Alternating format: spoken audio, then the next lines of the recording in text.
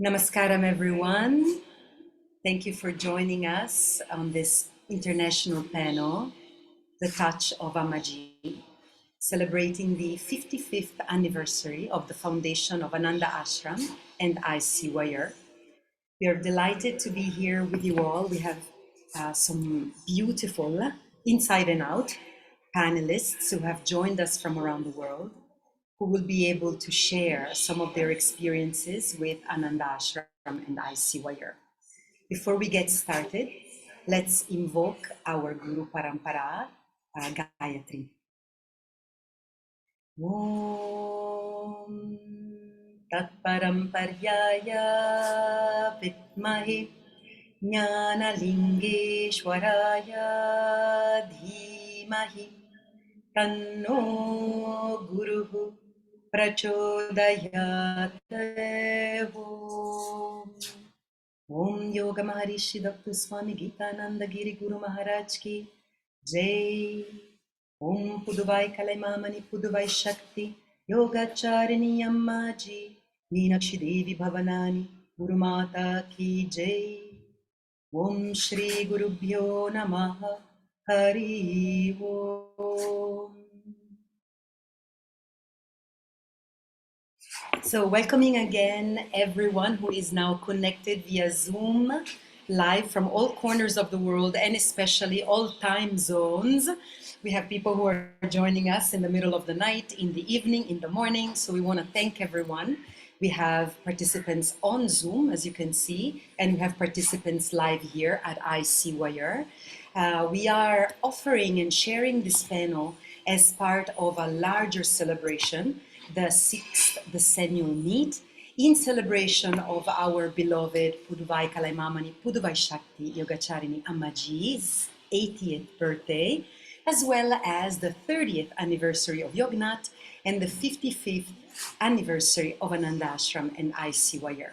So we thought that because so many of you are here in spirit, but are not able to join for all sorts of reasons, we thought that we would offer an opportunity to some of our senior mentors and students and teachers to share their memories of Ananda Ashram ICYER, the Yoga Step-by-Step correspondence course, when it still was a correspondence course, first that you have to write by pen, and then you could type an email, and now you can do it all online. So we have a long trajectory that follows the changes of the times over the last 30 years and plus 55 years for that matter.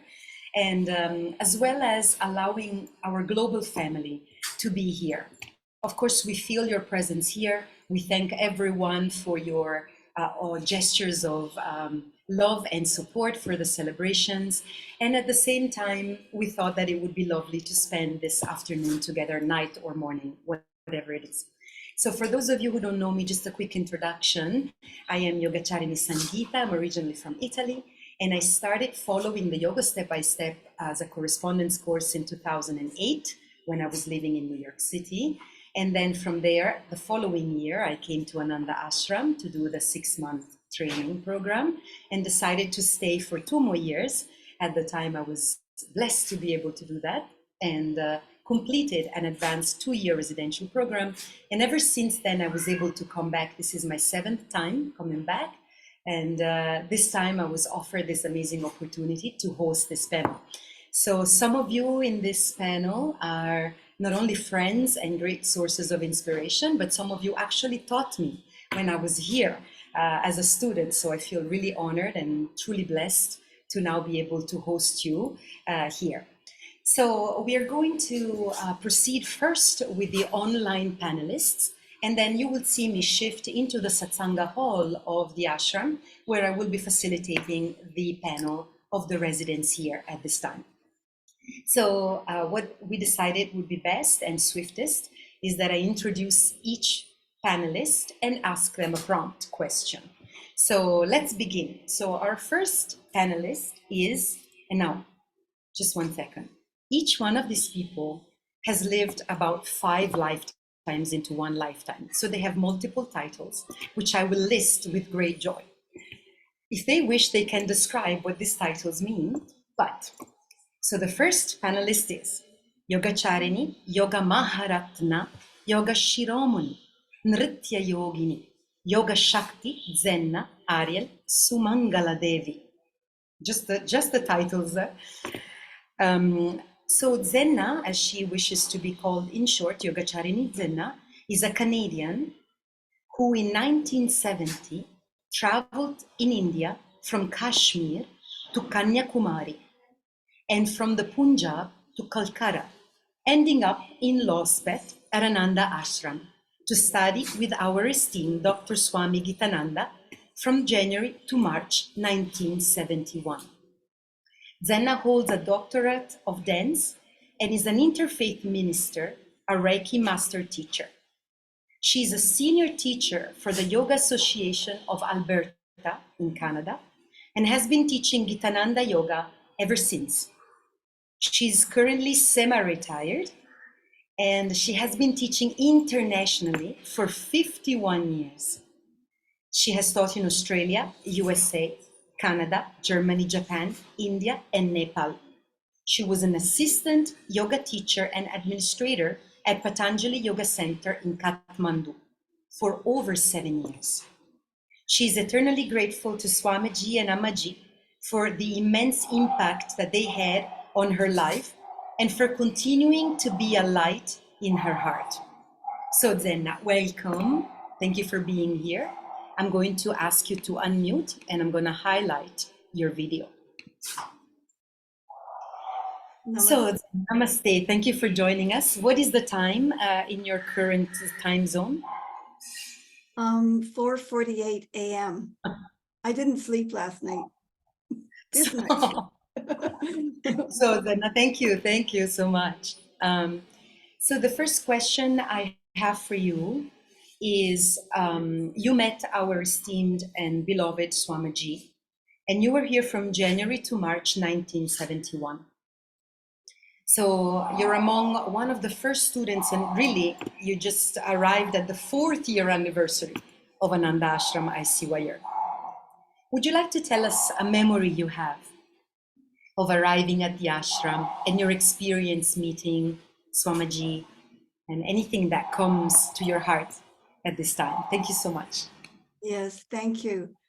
I was very young and just 23, and I didn't realize that meeting Swamiji would change my whole life projectile. I was really interested in the ashram. I've been traveling in India for 8 months. And when I got to the ashram, it was just like being home. And Meenakshi was so welcoming. She was like a ball of fire running around all the time, helping Swamiji and helping all of the students. And I actually don't think he could have done his work without her. She was very instrumental in the organization and in touching the hearts of all the students as well. Not that Swamiji didn't, but he was a lion. He was a great yogi, a font of wisdom. And, you know, I was lucky I sat in the front row, so I had to really pay attention to what he said. Although when you ask me, what did he say? It's like, I don't know. I got it through osmosis. It's almost as though he melted into my heart and into my psyche, because I must admit I fell asleep sometimes during satsang, but I was happy that he said, it's okay if you fall asleep. You are still going to get the teaching. So I thought, wow, that's a good way to learn. But one thing that I remember was there was a group of Russian doctors who were traveling around India to test out yogis to see why they had the gifts that they had. And so Swamiji lay down, did pranayama, and then all of a sudden they couldn't find a pulse. The doctors were panicking, and they were told by his assistants, no, it's okay, it's okay.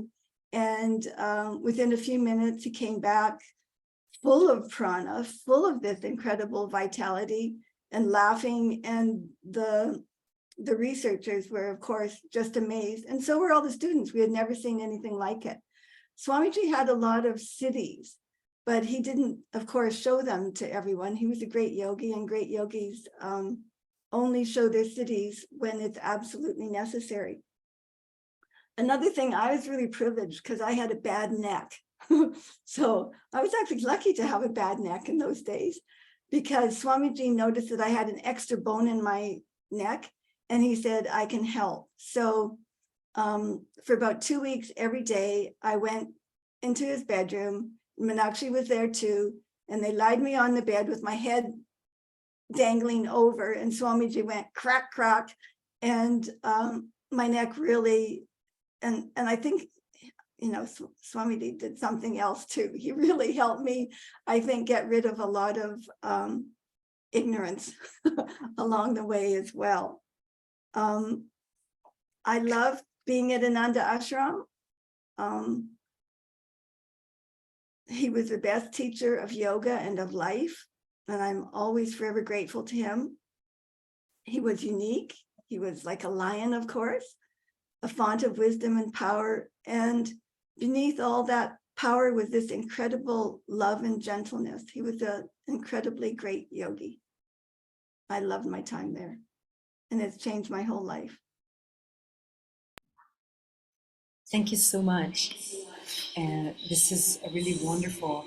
I would like to continue on what you're saying about, oh, yes, sorry, about this very traditionally steeped teachings of Swamiji, and at the same time, already in the 70s, quite an innovative way to bring the teachings to the contemporaries, right? This is a quality that we see in all of the Bhavanani members of this family. In fact, in our global family, there's a deep respect for tradition, and at the same time, we're all encouraged to bring up some innovative language so that we can communicate with our modern times. So in your experience of then seeing the trajectory right from the 1970s to now, because of course you saw all of it, right? And now you're often joining our beloved Dr. Nanda Balayogi Bhavanani in his classes online, participating as well. And then you're witnessing the beautiful work that our beloved Divya Priya Bhavanani is doing. And what is your impression of this trajectory?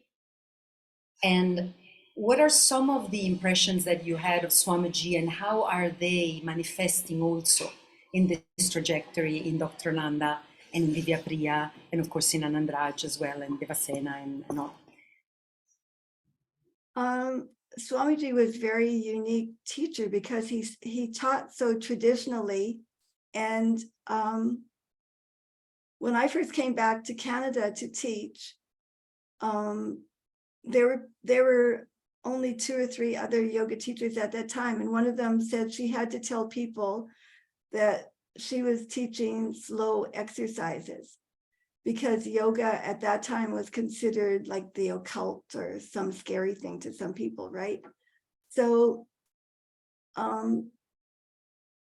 when I was at the third, like in 1989, I was at the third decennial convocation, and Swamiji had all the students go up on stage in different panels.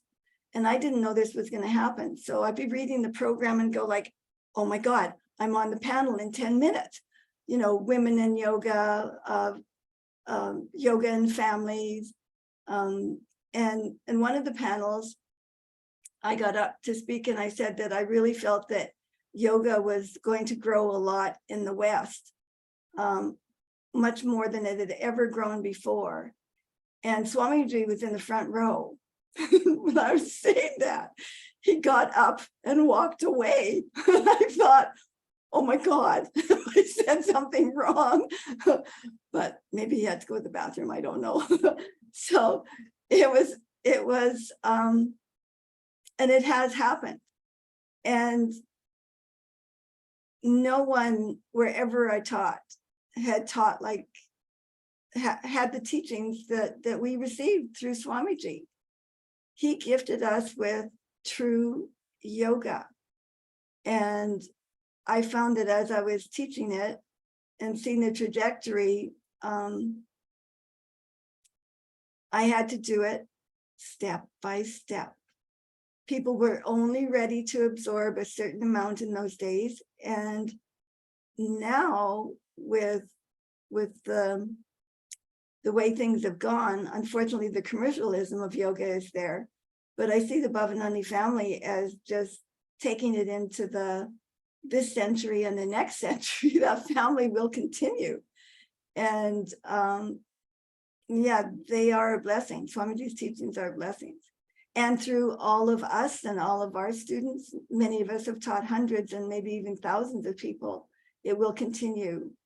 And we keep the pact in a way with Swamiji of being as traditional as possible within our cultural connotations as well.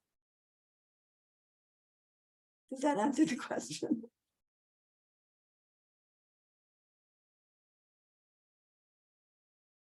You're muted. Yes, 1 second, sorry, because there's some activity going on here.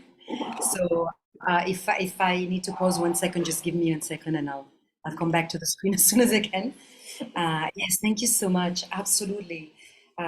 This is the blessing of being part of a living tradition. And of course, a lot of efforts go into maintaining the living tradition from the Bhavanani family, for which we are eternally grateful, because it isn't an easy path, this dharma of maintaining a living tradition alive. And it is through the memories of students like you and all of you who are in this panel that we can continue the living tradition and help maintaining it alive through memories. Memories are really important until we're ready to shed the ego lastly, and then no story is important. But while we're here, storytelling means a lot. So thank you so much, Zenna, for being here. Of course, each person could have 20 hours, not just 2 minutes. So thank you so much. We hope you can stay with us even though it's very, very early or very, very late, depending. But please feel free to stay in the panel if you like. And thank you again. So thank you so much. Thank you. Thank you so much, dear. It's an honor. Thank you. So our next panelist is our dearest Yogacharini Sri Devi. Namaste, Sri Devi. Let me highlight the video for you as we are at it. Namaste. Sri Devi gave me a very concise bio. And here I am with my pen tapping on the table, because I know that Sri Devi has a lot to share and a lot of bio. But of course, being a very humble person, she just sent me 3 lines, everyone. So here they are. Yogacharini Sri Devi has been in connection with the Gitananda family since 1993. And since then, she has been teaching yoga in groups and private lessons. She uses yoga in yoga therapy and naturopathy. This is the bio, but I know that Yogacharini Sri Devi has many stories to share. So first of all, namaste again, dear Sri Devi. Thank you for being here. Just namaste. On a personal note, namaste. Just on a personal note, you have been. I was able to meet you here. I was able to meet you in Europe too. You're a wonderful hostess of our Gitananda family. And yeah, let's begin by 1993. Some memories of 1993, of course, because we are celebrating all of the years that the ashram has been able to receive the students. So before continuing on the conversation, would you like to share any memory of the first time that you were here? Anything that stood out for you at the time? Thank you. Well, namaste, Sangeeta, for organizing. Thank you very much. And namaste, all the other on the panels. It's always nice to hear these stories from other times, especially from Zenna, so early back. So I came to the ashram in '93, and by chance it was the birthday of Swamiji, the 24th of July. And I stayed there for 6 weeks And it was a lot going on during this time. And the birthday actually was then celebrated a week later for 2 days. So I arrived at the ashram at the Saturday evening, so nobody was there because Saturday evening normally is for the city center. So everybody is at the city center for the classes. So it was Renuka at the time opening the door and welcoming me. And the first thing was that I had dinner with Swamiji because he was alone. And so I was his company for dinner, and this was often the case because it was so much going on because they had, I don't know what was the fourth decennial, or so many festivities. And so AMMAJI and Anandaji, they were racing around to organize all these things. And so I often was, because I was the only student at the time, I was driving with him in the ambassador, having the dogs with us, going to Kambli Swami, and wherever I was with him. Didn't realize the speciality at the time because I didn't know it otherwise. So sometimes it was very tough being the only student listening to him because my English wasn't that good at the time, and I was only allowed because there was a group being waited for from, I think it was Romania, but then they couldn't come because they couldn't, with inflation, they couldn't pay the air tickets anymore. That's why I ended up as the only student. I had very good teaching then from Renuka. I was she's very military for those who met Renuka. So I guess I can say the Hatenas, yes, they stick in my cells. So the Hatenas, this is really for me the basic of the Gitananda yoga. Everything is starts with these Hatenas to get the lung, the body ready for this intense way of life. Finally, it is not just yoga in the sense of yoga today, but it is to change life. And as Sangeeta said at the beginning, 5 lifetimes or even more, because it's so much to live. It is not only to learn, it is really to get it into the cells. This is the big difference. I'm now making a step to today's way of yoga. I'm an expert at the yoga school for reading the final thesis and also for the practical exam. And I realized they know a lot. They know a lot, even more than I in many subjects. But what I realize in connection to the Swami Gitananda tradition is the practice. To be there 6 months daily with this routine, this is what is changing. It is not just the learning from a teacher, the learning out of books, or the learning these days from online. It is the living. It is the living of the teaching. And you cannot escape when you are at the ashram. So it starts with a arti. If you aren't there at a arti, so you learn to be on time. You learn to get up even if you don't feel like. And then finally you realize you are happy that you got up because you always get something back. This is what I hear also from my teachings. Sometimes they come with a headache, they come with backache, and then they say at the end of just one class saying, oh, happily I did come and did not stay in bed because again, it changed something. And I think this change, this is something really deep in this Gitananda tradition, that change can occur and not just the learning. So for example, in the practical exams last year, some student was always talking of the West. And I asked her, why do you call the back as the West? And she didn't know. And I never learned that the back is called the West. But I understood, because each morning at the ashram, you are facing the east with Surya Namaskar.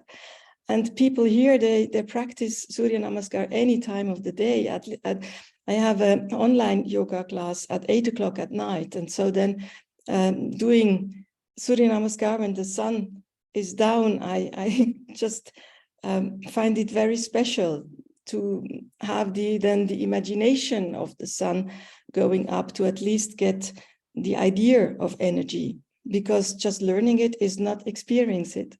And this, I think, is a very big difference in this Gitananda tradition, to be there. So the 6 months, the big change, and you come back for 2-3 weeks, it's again this routine, the routine of you are there. And as Zenna said, even if you go asleep, the teaching is there. It goes into your cells. You absorb it through the skin, through the senses, everything.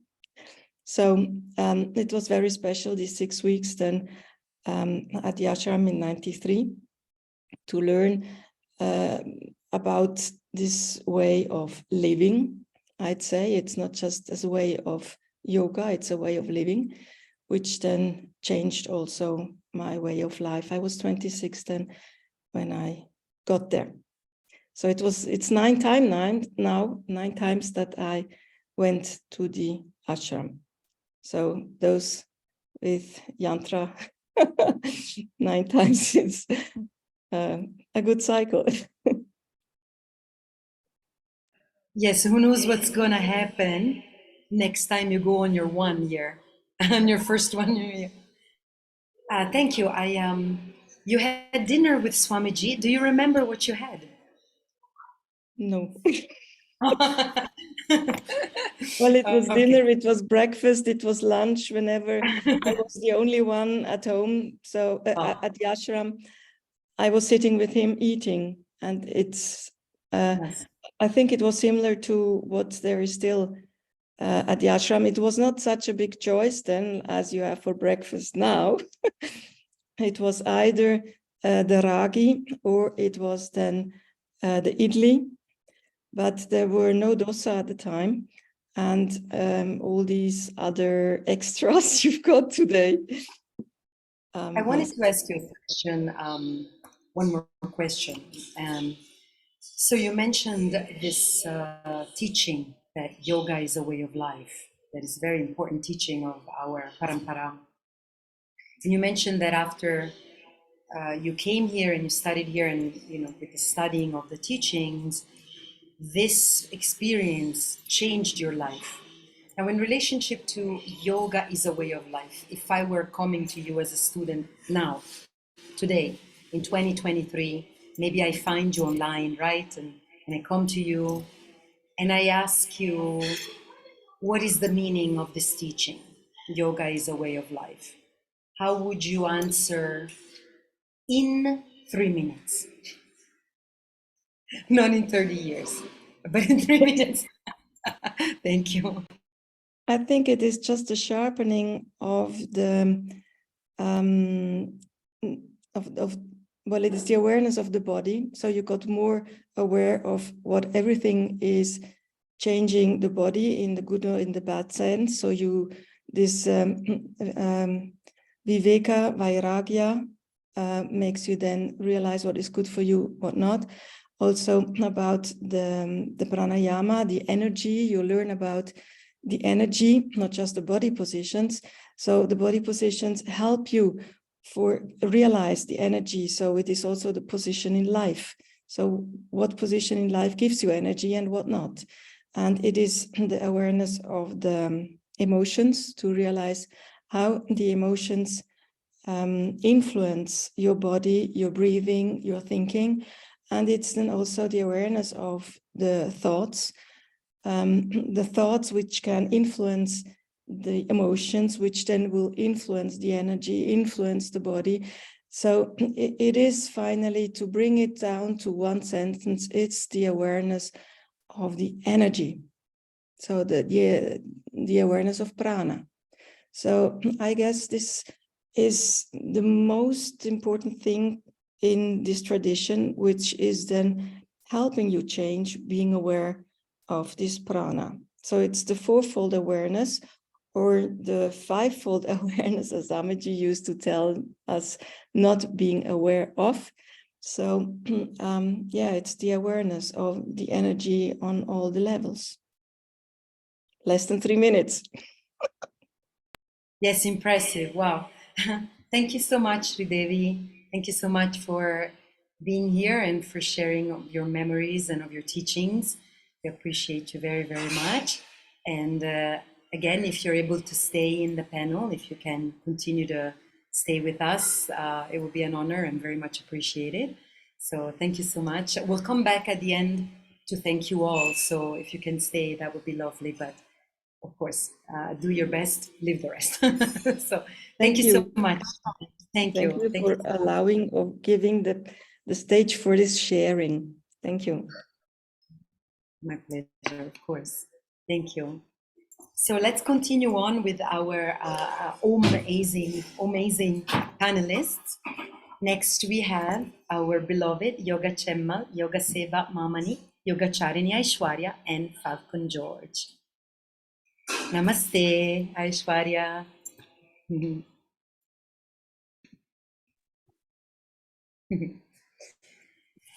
Let me read from Aishwarya's bio. Yogacharini Aishwariya is a translator, teacher of English as a second language, yoga teacher, and for the past 7 years, she has been studying osteopathy at the Collège d'études Ostéopathiques in Montreal, Canada, where she resides with her husband Radu and their beloved children Govind and Ganesh. Yogacharini Aishwariya specializes in healthcare by bridging her knowledge of yoga and osteopathy, and uses that experience to help her patients find ease and balance in their lives. By focusing on addressing each individual's unique health demands and following the biopsychosocial model of healthcare, Aishwariya has been able to put her 2-year advanced yoga teacher's diploma and her ongoing osteopathy degree to good use. Aishwariya spends her days studying and treating at the college external clinic, and it's her patients' well-being and the multiple ways in which she can help them attain their health goals that gets her up in the morning. While living in Montreal, she makes it a priority to maintain the family's link with the yoga family at Ananda Ashram in Puducherry, Tamil Nadu. Namaste, Aishwariya. Welcome. Namaste. Thank you so much, Sangeeta, for hosting this panel. And it's obvious, but it needs to be said that without AMMAJI, I would not be here. So I will also try not to cry.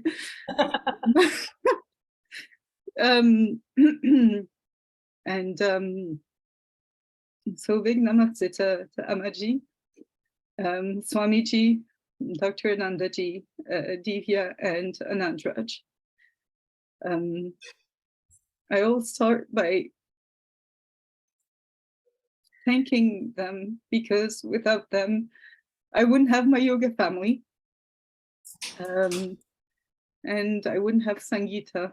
I wouldn't have all the panelists here to count as my family that I can continually learn from and be inspired by.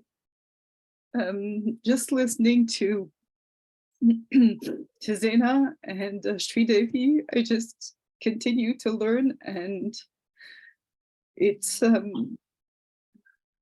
lot. And I find it just incredibly beautiful, and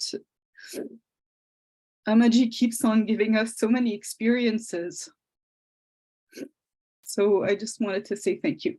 Thank you so much. Yes, it's very moving to be here together. Thank you for being here. And I think we can continue on with what you have already started, which is a devotion, a praise of devotion for AMMAJI. I have a very special connection with all of the Bhavanani family, and of course with Divya Priya, and of course with AMMAJI and all of the family. So a few questions that I would like to ask you. One of them is, you being mothered in a way by AMMAJI on many occasions, whether you're here or in Canada as a student, as a teacher, and then yourself as a yoga mom. Yoga mom. Okay, so let's begin perhaps by some of the, I know you have so much to share and so many fond memories of your learning experiences with AMMAJI, but perhaps we can focus on one or two that really made a big difference in your life, right? All of them did, I'm sure, but perhaps something that you would like to share today. Okay. Also, because tomorrow, of course, is AMMAJI's birthday, so it's also an opportunity for all of us, of course, to start the celebrations already, isn't it? So thank you, Aishwariya. I think, well, AMMAJI means a mother. And it's just such an honor to have her right next to me, whether it's in picture or whether it's in my heart or whether it's physically there. And I'm just, there was one question, you know, about like different teachings or one teaching from AMMAJI, and I think she needs to be celebrated every day because she's introduced us to yoga as a way of life, and yoga means a way of life, because once you're introduced to this yoga, you can't escape it, whether you're at the ashram or not, whether you want to or not. Once the awareness is there, it's there and it's a responsibility. And by that, I mean, you need to develop the skills to develop that ability to respond to whatever comes to you in life. And I think, in a nutshell, maybe that's the biggest teaching that AMMAJI has given me. Of course, I was there in 99, 2000 when, with Kalavathi, when AMMAJI would teach most of everything. Renuka wasn't there anymore. Dr. Ananda was there, but AMMAJI did everything, the Hatha Yoga in the morning, the pranayama, the satsangs, and I think Zenna had said, we just learn things by osmosis because there's so much. And I'm still learning from when I was 19, and just that, and Sri Devi had talked about those 5 steps of awareness in yoga. And that first one that AMMAJI talked about is so important because most of the time I realized how unaware I had been. And so I'm extremely aware of the unawareness that I have. So we're learning by osmosis. And I'm just going to insert a little something about Dr. Ananda and the new direction, if I can call it that, that the Gitananda Yoga has been transported into. So 2019, COVID, is that he gives everything. AMMAJI gave everything, but without saying what it was. And in both ways that seem to be apparently opposite ends of one spectrum, they're the same because you're flooded. You're flooded with so many things that you're just not ready for, and that's okay, and we know it, and I know it for myself. So in a way that the teachings from AMMAJI have really been in seeing her and being with her and just seeing her in all these different contexts, in that sense of living with her. That's what the Gurukula is. It really is that womb. That's every second spent with AMMAJI is a privilege, and you learn so much.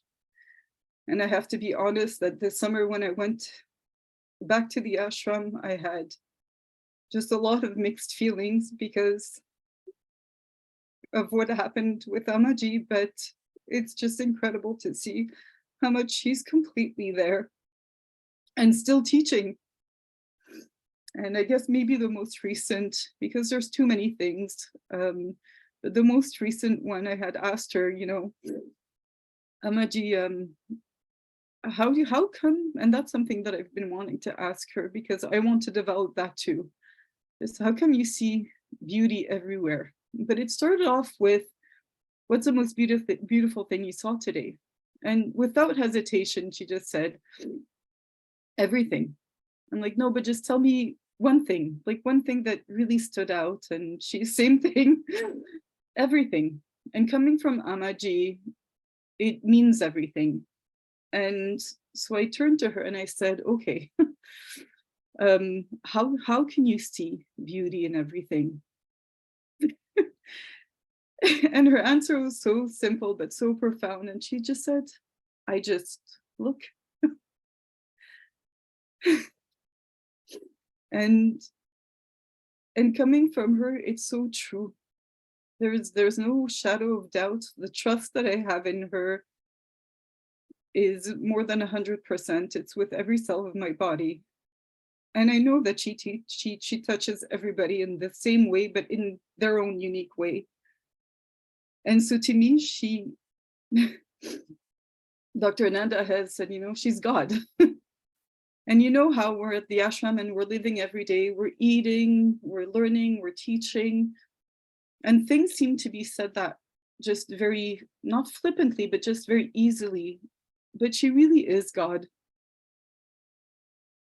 Because to be able to touch so many people's lives, and I did the online quiz with Divya, which honestly, by love of Divya, I would have never put myself in that position. But in doing that, I just read up more on AMMAJI and the ashram. And so all the Baba Nanis have a way of pushing us to learn what we should be learning.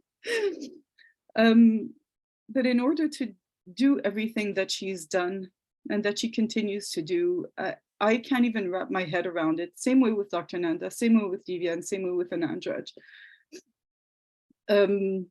But to be able to be so multifaceted, but it being true that it is her, and to relate, to be able to relate and understand so many people, you have to be God.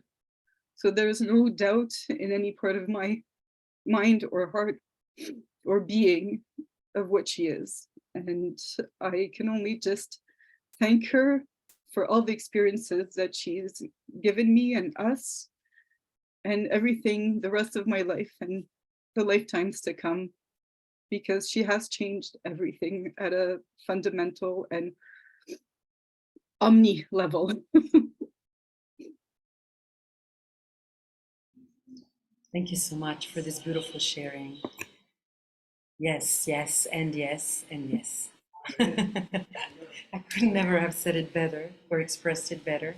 So thank you for expressing feelings that we all share, but sometimes they're so strong and so intense that we don't find the words. And you have a very beautiful skill that comes from the purity of your soul, Aishwarya, to be able to express this love. So we thank you for putting it into words for all of us. Thank you so much. So I have one more question, Yep. which is, and you have 3 minutes to answer. So, of course, AMMAJI, Amma, mother. Have you, have you, I know you have, but how have you felt her teachings manifest in your life as a mom? 3 minutes, starting now. Okay.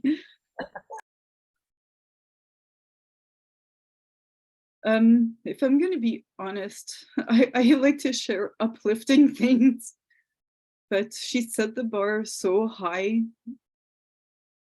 And I'm going to try to focus on the positive, because a lot of negative things are coming up. And I have to thank Anandhi for her post the other day in sharing that, because it helps me to acknowledge a lot of negativity, because how can I do what AMMAJI does, because it's just so huge. So I have to be honest, but most days I feel like I'm never doing enough for my children.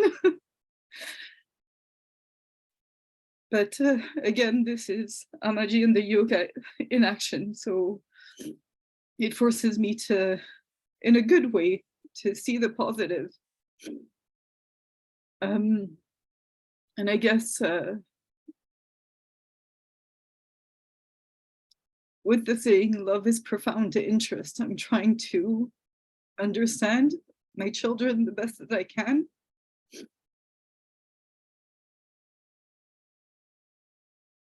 And I try to accompany them in and through life the best that I can. And the best go-to and the best way that I've been able to do that is just to bring them to the ashram. It's a pretty basic thing, but because this is where I feel the most myself and the most at home and the most at ease and the most honest, because we can't escape anything at the ashram. So I trust the structure to show me exactly what I need to work on. And I take this panel discussion as the same thing too. And it's funny that you should mention that you think that I'm answering this the best because I'm a 7 and I'm an extreme introvert. So it's hard to find the words. So I'm happy that what's coming out makes sense. But this is a part of why Divya and Anandraj are so dear to me and near to me, to see how AMMAJI has brought them up. And if I can keep it within the 3 minutes, I try to emulate what she's done and the way that she loves Dr. Ananda and her grandchildren. Divya and Anandraj has been it has been everything. And just witnessing the day-to-day, her incredible presence as soon as when they were small as babies and as they continue to grow through adolescence and adulthood. This is what I can't wrap my head around, the fact that she can give so much. She's just so present at so many levels that just her voice, her presence. As soon as Divya and Andraj came back from school, they were just overjoyed to see AMMAJI. It was why? But because she gives everything and she takes it as though it's nothing. I just continued to tell her how amazed and inspired I was with how she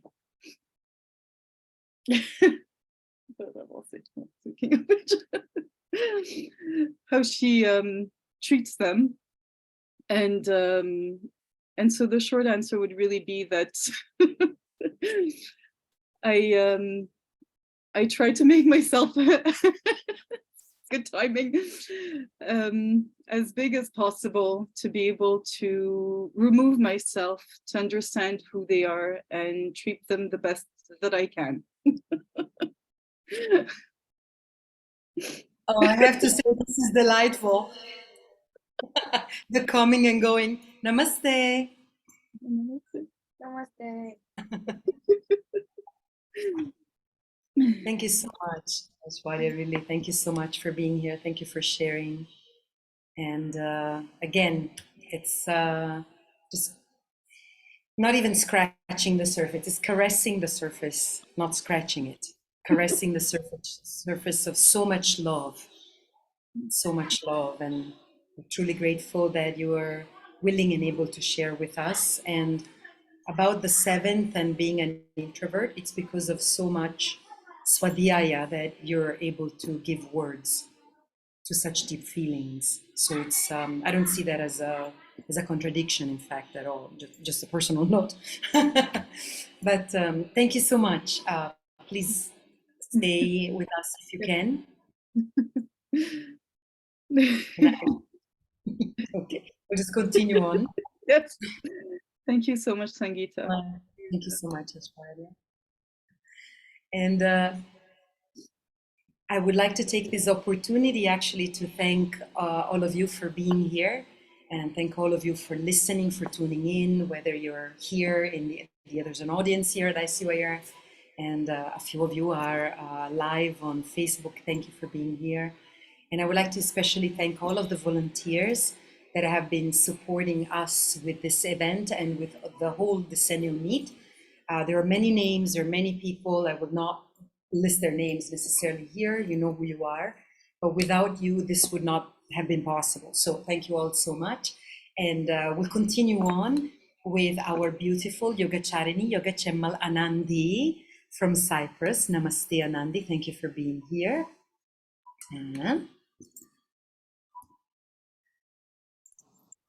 Namaste, my dear. Our Cyprus goddess. Anandhi, I would like to start by reading your bio. And then I have a question for you, of course. I have many questions for all of you, but so Yogacharini Anandhi is from Cyprus, as you've heard. And Anandhi is a senior yoga teacher and the founder of Holistic Spiritual Training, founder of Activated Vegan Food Seminars, and an Ayurvedic counselor. Anandhi lives and teaches at Yoga Life Holistic Center in Cyprus.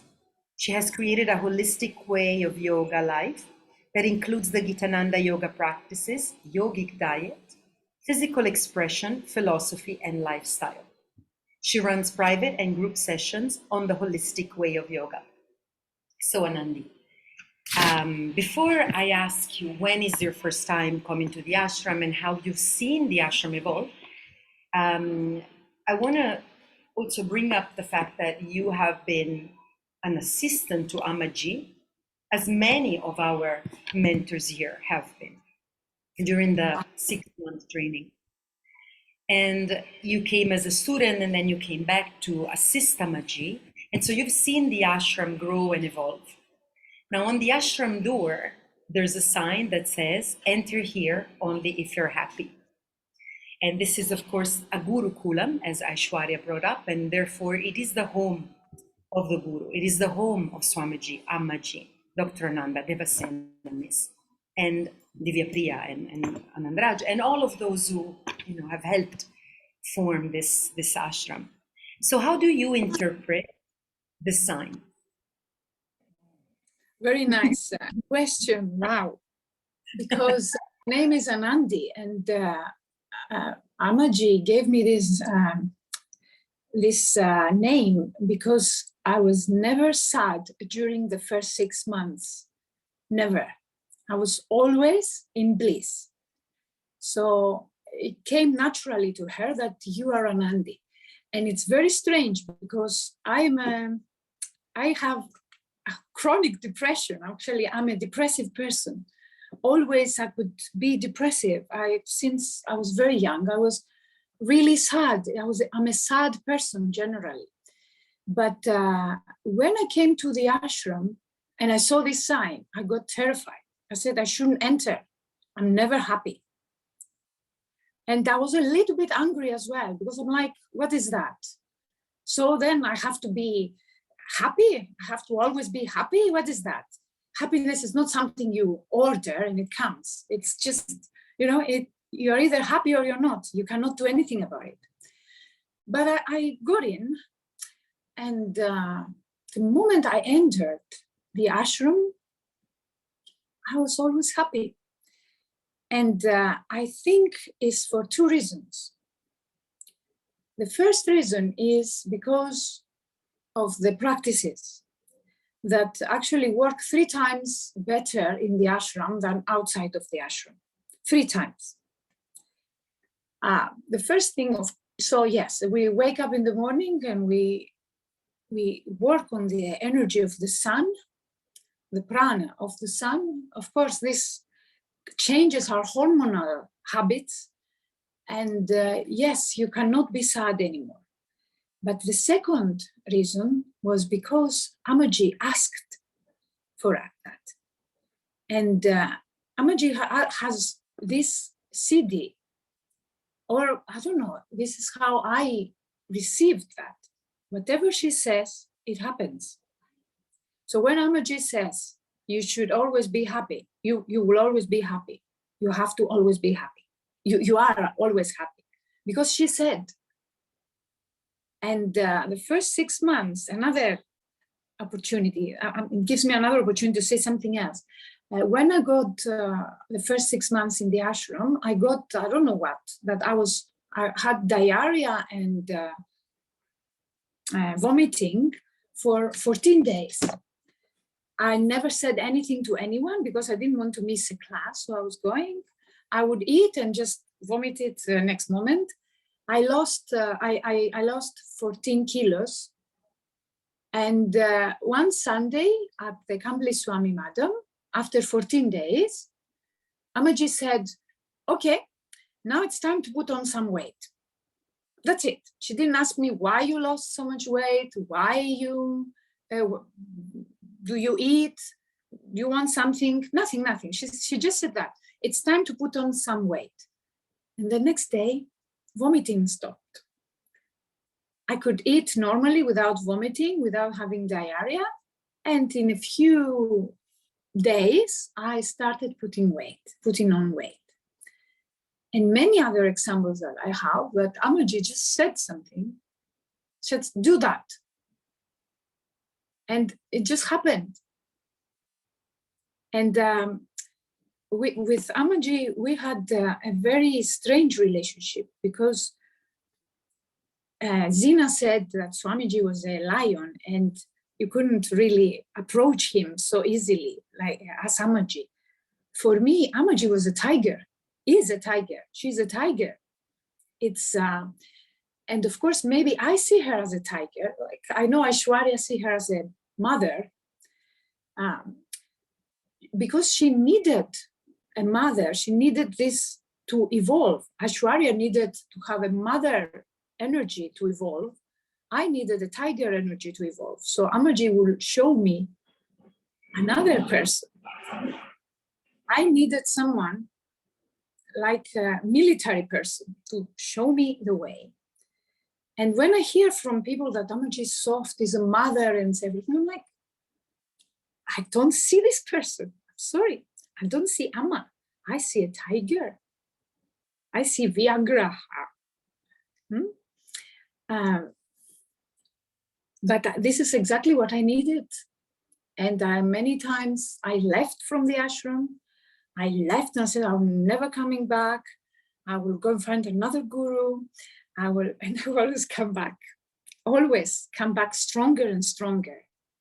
Since the last time I've been there, where I just realized that I will never go. I will never leave Gitananda Yoga. I will never leave AMMAJI. I will never leave Anandaji. Everyone. Yes, so. Thank you so much, Anandhi. I didn't know you were very happy, always happy during your 6 months course. It's good to know. Yeah. It's a wonderful story. So you have established your own center and you have established several programs in person and online. So the second question I have for you is about the evolution of the teachings. Of course, you live in Cyprus, and you and I had separate conversations about cultural translation of some of the teachings, which is an important element for those of us who live outside of Puducherry and Kottakuppam and, of course, India or Bharat. So in terms of seeing the teachings evolve and seeing the ashram, right, because we're celebrating the 55th anniversary of its foundation. And so how do you project seeing the next 55 years? It's a absurd question because we don't know what's going to happen, of course, but based on your experience also on having to evolve your own ways of teaching from in-person to online and so on, what do you foresee? What do you imagine or wish even? Thank you. Well, I can see that there is too much science behind our tradition of yoga, and this is something we should we should, sorry, my English, you should keep, you know, keep it happening because it's great.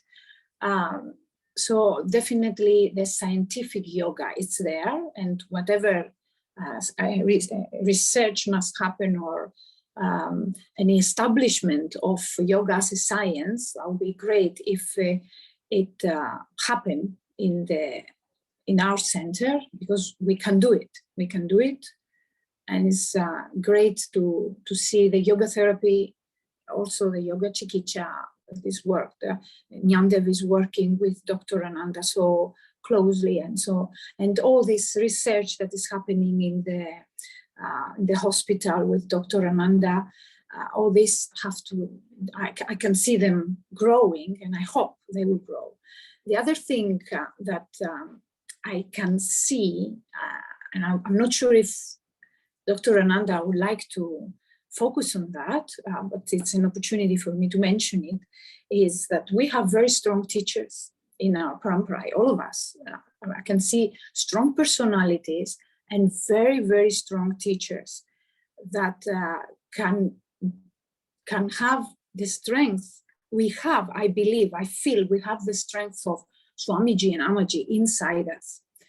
And it would be great if we invest to each other and we try to do more together as teachers, and of course with the guidance of Dr. Ananda, and where he can train us to be even stronger, and then spread the word in the way our culture and our abilities and our talents will show us, because everyone has a different talent and a different abilities. So if we have a course, or if we use the ashram also for training of the teachers to become, to learn more practices, all these practices that are out there and we don't practice them enough, and then we become stronger, so we can then make other people stronger through our talents and our abilities. This would be amazing if Dr. Ananda ever finds the time to bring us together and teach us more. Thank you, Anandi. This is for sure the wish that all of us share. We were at the Sri Kambali Swami Madam on Sunday, and AMMAJI was able to come to the Madam after 3 years. And there were students who had been at the Madam in the 1970s who were able to come back for the first time after so many years.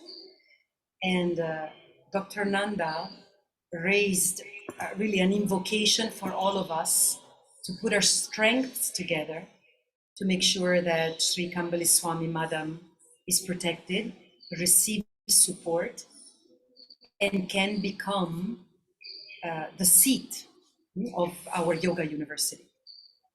So of course, you know, yes, the ashram of course is there, and it's a project that in fact we are hoping to develop, right? All of us who are coming here at different times together, or we co-teach some of the courses.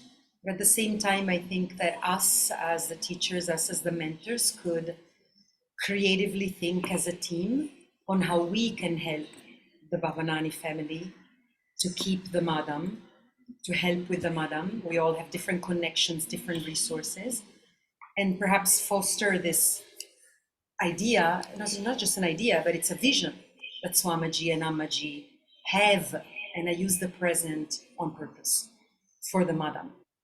So let's make it happen then. Let's make it happen. Thank you so much, Anandi. Again, it's difficult to move on to our next presenter, next panelist, but thank you so much for being here and connecting. And of course, for those of us who are watching this on Facebook, all of the participants, I'm going to ask you, if you wish, and you are on Facebook, all of the panelists, you can then enter a message in the chat of the Facebook so that people who want to get in touch with you, whether they are in Switzerland or in Canada or in Cyprus, they may be able to reach out and have a Gitananda mentor near them. Okay, so we can do that and share more information in the chat of Facebook if you wish to. Of course you wish to. Just do it. Thank you, Anandhi. Thank you so much. So here we come to our next online panelist, and we are delighted to welcome you, Yogacharya Jnandev Giri. Namaste. Let me highlight your video.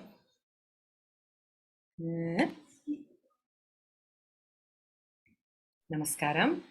Namaste, namaste. Thank you, Sangeeta, especially for hosting such a beautiful event. Thank you. So much, Jnandev. I'll read your bio and go ahead with the question. So, Yogacharya Jnandev Giri is propagating authentic Sanatan yoga based on Indian Rishiculture tradition in the UK and Portugal. Jnandev is the founder of Gurukula, a home of Sanatan yoga in UK and Portugal, representing the parampara of Gitananda yoga. Jnandev is the author of several books. Congratulations, Jnandev and Anandhi and Dr. Ananda, for this magnificent publication. If you'd like to add a link on the Facebook page, even at a later time, please do so. And you're the author of several books and is passionate to educate people about traditional holistic yoga and its importance and value in our lives. Jnandev was born in India and spent his first 33 years with no desire to leave the Holy Land, spending much time studying and being immersed in living yoga. Jnandev is teaching since 2002 and have many years of experience teaching and practicing all of the authentic aspects of yoga: asana, pranayama, mantra chanting, bhajan singing, Sanskrit study, yoga chikitsa, satsanga, and swadhyaya, study of scriptures and yogic self-inquiry. Jnandev is the Yoga Chikitsacharya at Ananda Ashram at ICYER. So welcome again, and thank you for joining us. So let's begin by sharing this passion and skill and study, obviously, and practice of Yoga Chikitsa. I would like to ask you to please share with us your experience. I know you have a very special story about coming to the ashram and your meeting AMMAJI and entering the Gurukula. It's a very special story that perhaps, if you wish, you could share with us, because it's quite inspiring. And how that was a therapeutic moment, perhaps, for you. And how is that connected? I mean, can you think of how that may have connected you to then focusing on this aspect of yoga therapy? Thank you. Thank you, Sangeeta. I guess it's always fascinating for me to remember my first day of arrival at ashram. It was 27th September 2006. And I was just wandering around in my orange robes and looking for a home or ashram where I can be at for a few months or a few years and follow my sadhana, and arrived. And then at that time, Rajesh, he was working in the office, and I talked to him and he said, "Oh, this is not the ashram you're expecting. And the course starts here on the 2nd of October. But I think kind of he gave me the idea that what I thought of the ashram, this is not the place." So I requested him, because once I sort of got the first Yoga Life magazine he gave me and look sort of going through the pages, I really felt drawn to the 6-month intensive. So next thing he tells me, like, this is not a course you can turn up. You need to do the step by step, at least 1 or 2 years, and then you get invitation. So I managed to convince him in a good 1 hour of sort of flattering with him and talking him nicely and trying to bring joy to his face. So he said, okay, he went upstairs and he sort of, so AMMAJI. At that point, I didn't know. I kind of expected to see Swamiji in a way, because, you know, all the yoga lives, the way they come out, it always feels like if Swamiji is running the ashram even till today. So on there, it never is clear if AMMAJI is running the ashram. So he went up and he came back after 5-10 minutes and said, okay, Ammaji will see you tomorrow afternoon, come back at 2 o'clock. And I think if you all know, that's the time where Ammaji goes out for her coffee. So we made the first meeting and I came back next day. And I guess to me, I as being Indian, so I touched Ammaji's feet and I praised and I expressed her my desire, my wish that why I'm here for. And Ammaji looks up and down at me several times and says, I'm not really sure if it's going to work out or not, because the course starts in 2 days, on 4 or 5 days, on 2nd of October, and you are already here. You have not studied step by step. So I again sort of said, I think to me, I really spoke from my heart, because the minute I met or sat there with Ammaji, I just felt like this is my moment. You kind of, some people you meet in life and you just know that you come to the right place. So I explained to Ammaji and we agreed, okay, let's give it a go and see what happens. So that's how I got into the ashram. So I literally had 3 days to skim through the step by step to mentally prepare myself. And in some ways, I guess, because I already done so much of the sadhana and journey and had my masters in yoga. So theoretically, with the knowledge and the what you call the words in your head, I was already full. And yeah, once we got into the 6-month intensive, I must say I'm always so grateful that Ammaji accepted me to be there at that point and accepting me the last minute on the course. And I'm always grateful. And in that 6-month journey, really what Ammaji did to me is showing the way that yoga is yoga, because before that, Hatha Yoga was Hatha Yoga, Jnana Yoga was Jnana Yoga, Raj Yoga is Raj Yoga, Kundalini is the Kundalini Yoga, because each place you go to, even in India, there's like, this is the only way to do it. Or like you see in the Gitananda tradition, there is no only way, is it? It's all inclusive. You can never separate Hatha Yoga from the Jnana Yoga. You cannot separate Jnana Yoga from the Tantra. You cannot separate Tantra from the Kundalini. So that all inclusiveness really comes as we sort of work through the 6-month journey. And that enabled me to become who I am as a teacher. And I kind of like, I guess, like, to me, this is why everything I do, I always feel like I would not be able to do this work without Ammaji. And in some ways, of course, for us, really, some of us who came later on into the time where Ammaji was running the ashram, we hear about Swamiji all the time. But seeing Ammaji, and it's very interesting, like Aishwariya is talking Ammaji as the mother, then Anandhi is talking about Ammaji as the Vyagra, the tigress. To me, the way I saw Ammaji every day was like a guru, and there is like a kind of like a wisdom, but also the practice, the sadhana, and then there is a virtue, and there is this mystic energy was there always around her. The minute she walks into the Hatha Yoga practice in the morning, it doesn't matter what crap I was thinking in my head. And I must say, I'm sure like all of us go through that when we're there. Every night you go to bed, tomorrow morning, first thing I'm going to pack my bags and disappear. I had enough, I think like one of the things I struggled for the few months was the mosquitoes. So every night I used to dream and like not sleep and thinking, I'm packing my bags and I will tell Ammaji, I had enough of it and I'm going. But the minute she walks in, you realize, where would you go from here? This is the place to be in. So she has this kind of mystic aura or the energy. And I think the another thing I always found so fascinating about Ammaji, that amount of patience she had with us all, that continuous reminder of the virtuous living, even though she knew that we all are not doing what we meant to be doing, but she never had this angry face when she come out. She never had this frustration that I, as a teacher, something I have not been able to work on it myself, but how she never had that frustration. So that's to me a little bit of, I guess, like with my experience with Ammaji, as a virtuous being, as a guru. Now, coming to the second, I guess, second point of my journey really is when I landed in United Kingdom. And I guess I must say how grateful I'm also for Deepika to move that transition.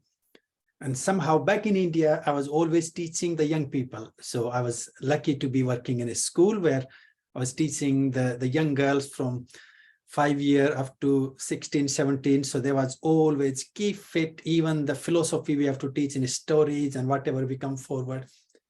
And then since I came to UK, I had a totally different group of people. Somehow I always attracted people, anything from, I don't know, let's say 18, 19 to 90-year-old people. You know, we have even trained some people into their 80s. So that sort of really moved me into a totally different dimension of thinking, therapeutically adapting the practices, adapting the tools that we have been given by AMMAJI. And then what Dr. Nanda has done, I think, is really inspiring. I must say, our Guru, present Guruji, that taking the yoga as part of the Balaji College and, you know, seeing the transformation into the Saiter and then from Saiter into the Salutogenesis, sometimes I just like, by the time I remember the name of the institute, it has evolved into something new.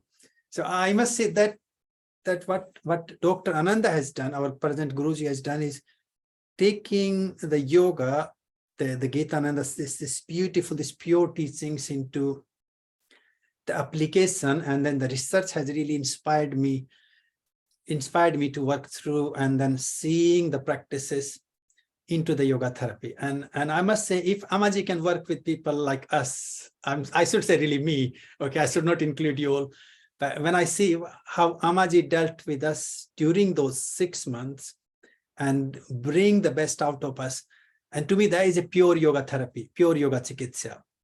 And that really gives me the application of how do we work with people, and then all the guidance that I get from Dr. Nanda every day as we are working through developing these courses or the teachings on yoga chikitsa, which to me still what we are doing is a very, very beginning of developing the applications of the Gita and the teachings in a new system where we want to bring the philosophy, the counseling, and the techniques of the practices, and incorporating it with the modern science. So that's where I am.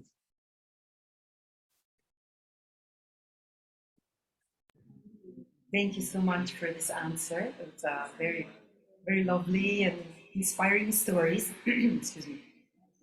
So the second question I have for you, I guess it will be the third at this point, is, and you have 3 minutes also.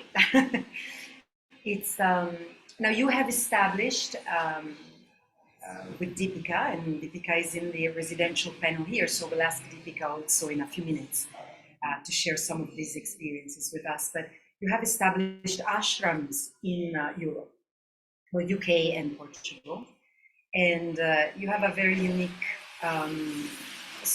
life story, because of course you were born and raised in India, then learned here in the Gurukulam, and then established ashrams in, quote, the West. So because this is the anniversary of the foundation of Ananda Ashram, I have a little bit of a peculiar question. Let's say that people here that are joining, that are outside of our family, the Gitananda family, they have a question about how do you establish an ashram, right? What does it mean to be joining an ashram in the West? What is it? What is it not? I know this is a very packed question for 3 minutes, but perhaps you could help us, or especially the ones who may want to join an ashram with you, and then hopefully come to the Gurukulam here. What is an ashram in the UK? What is an ashram in Portugal? What can people find there? And to celebrate ICYER, what is something that from ICYER you have brought to your ashrams, which I know it's everything, but just a few things that are highlights, perhaps. Thank you so much. Thank you, Sangeeta. That is quite a deep question that we can talk about it. I guess, like, to me, again, it was quite quite straightforward and easy to really move through the journey where we are, because AMMAJI has given us all, like I guess for me, I can only talk about AMMAJI and Dr. Nanda. Back then the Swamiji for me, just the stories and the books, even though I have such a gratitude and the connection. So what AMMAJI really blessed us with is just clear picture of the ashram, where we have this systematic process of living and learning yoga practices. And to me, normally we say the learning and the living. I guess from me, the way AMMAJI did it, like we learn after living them. So we're not like separating the two together. So we begin the journey in the ashram, waking up in the morning and doing our prayer. Then we follow the Hatha Yoga. Then we have the breakfast together again collectively, moving into the pranayam, again the lunch together. We have the break. Then we have the mantra class. Then we follow again the supper. And then we have the bhajans and the satsangs. So what AMMAJI really blessed me with, that in and out all day, every day for 6 months, almost like I just needed to follow that through. So to me, really, when we talk about the ashram, a living ashram, or if you're trying to move the Anand ashram system anywhere into the world, it's just following the natural path that we all have experienced. And to me, the main thing really when I came to West was not living the fear of how people will take it. Will people like it? Will people not like it? I think to me, it was just like, it's something Dr. Nanda was talking a couple of years back when he was here in Wales. He said, wherever we are, can we focus on who is there and not waste our time and energy on who is not there? And I think to me, that was the teaching AMMAJI also used to talk about, living our 100% with whoever we are with. So even if there is a one person, we give our 100% to that. If there are 100 people, we give 100%. So I really took that AMMAJI's teaching of giving our 100%. So I thought, well, whoever comes are there to learn it. And if people not coming, then we are not for them and they are not for us, instead of seeing it or sort of like try to dilute the teachings.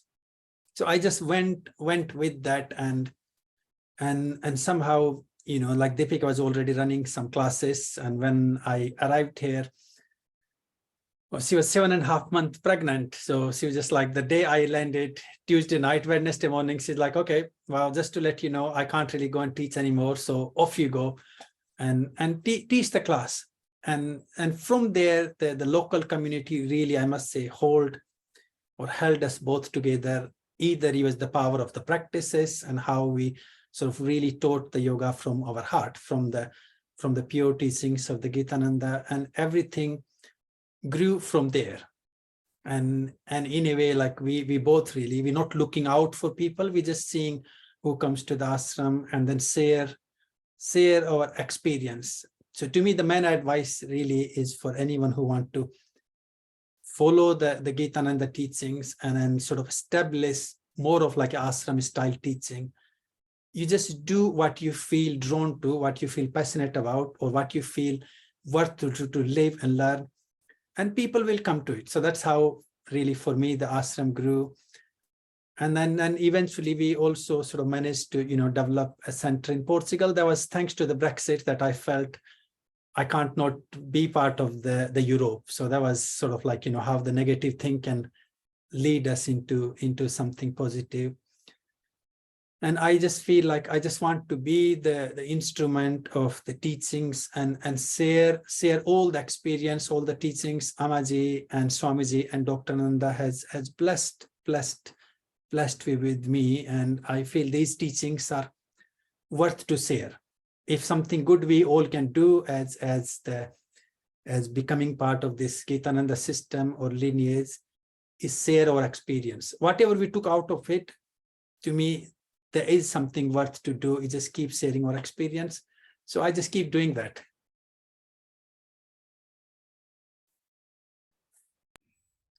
Thank you so much, Yogacharini Jnandev.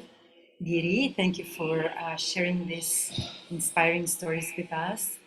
And I would like to thank all of our online panelists for being here. I am going to highlight now all of us here who are in this call. So I would like to ask all of you, if possible, to continue to follow us as we now go into the residential part of the panel.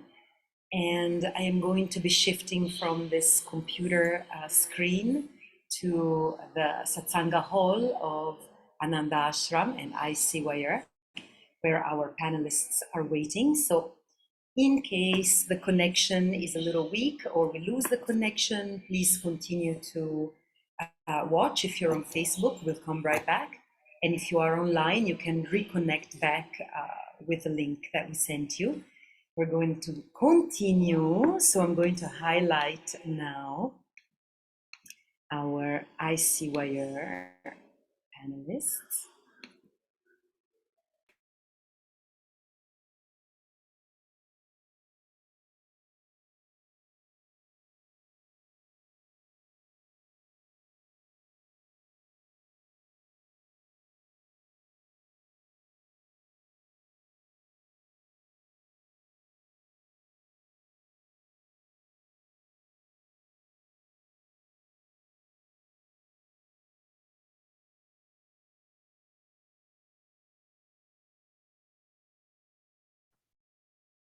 Great. Did you want to check over there? Yes, it's working. I can hear it. Namaskaram. Lovely to be here. Ah, wonderful. So here we are in this beautiful space of Satsanga Hall. And I am so delighted to be in the space with all of our panelists. I'm going to invite you to get the mic when it's your turn. And we're going to begin with our lovely Jnanasundari. Namaste, Jnanasundari. I'm going to read your bio and proceed in the same way as we did it online. So is the mic, do you want to try the mic? The mic. Yes. So please speak with the mic in front of you like so, and just speak as if you were speaking to a crowd. And the mic should be holding, just let me, let me show you. Yeah, no problem. So just like so. Yeah, it's like a gelato. Is it turned on? Sorry, everyone. Just no. Okay.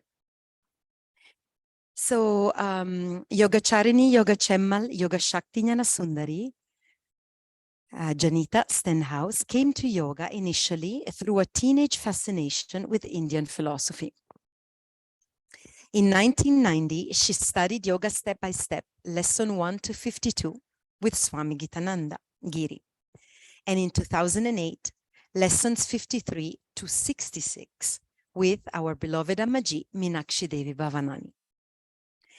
Since 2011, you have been assisting AMMAJI with the trainings here at the ashram.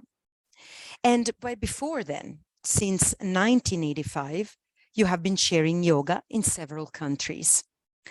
You are the author of 3 books on yoga and several series of articles for yoga magazines in France, United Kingdom, and Australia. You're a fantastic illustrator. Can I say so? So I would like to ask you a story about, a story that you shared today. So I thought it was quite apt for this panel, about how it was to be in correspondence with Swamiji. You had this unique opportunity to do the yoga step by step with him. So there was a correspondence by pen, I would assume, or by email. It was yes, pen and paper. So please tell us a little bit about the story, if you like.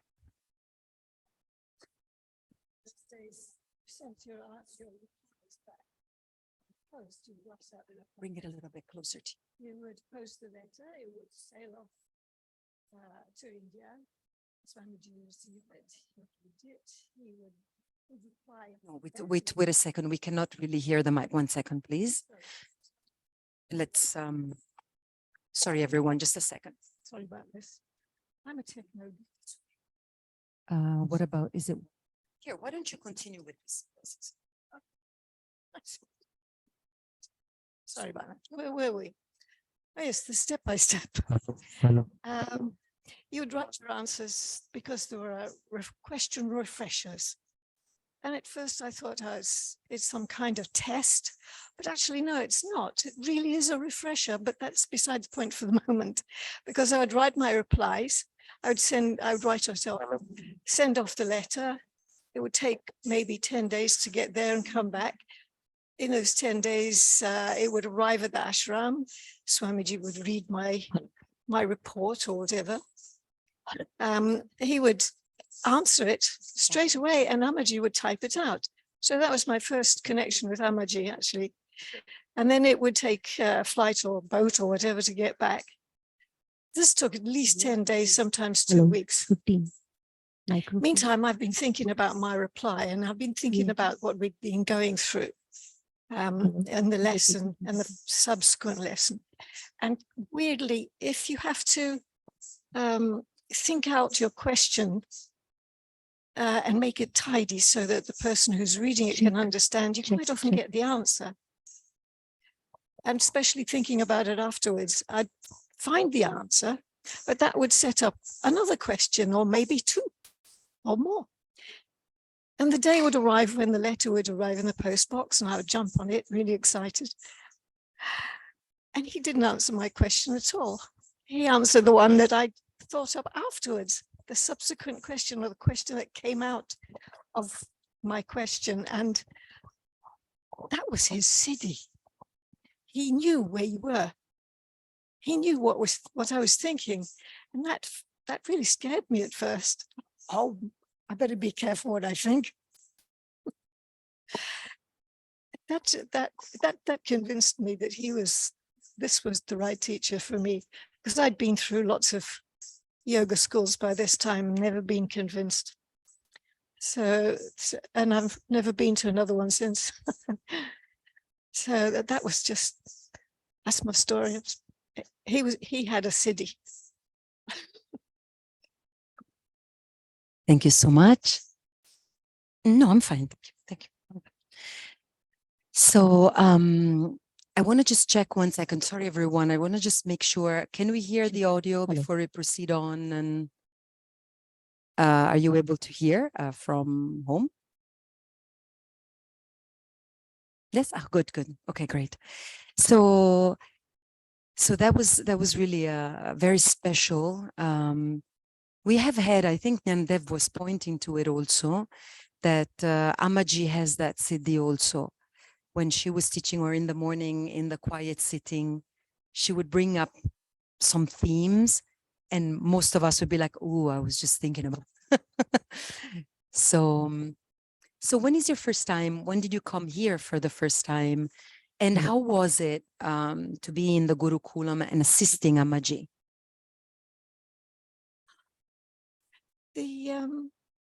Swamiji kept telling me I had to go to the ashram, and I had small children, my husband was ill, and I wasn't able to come.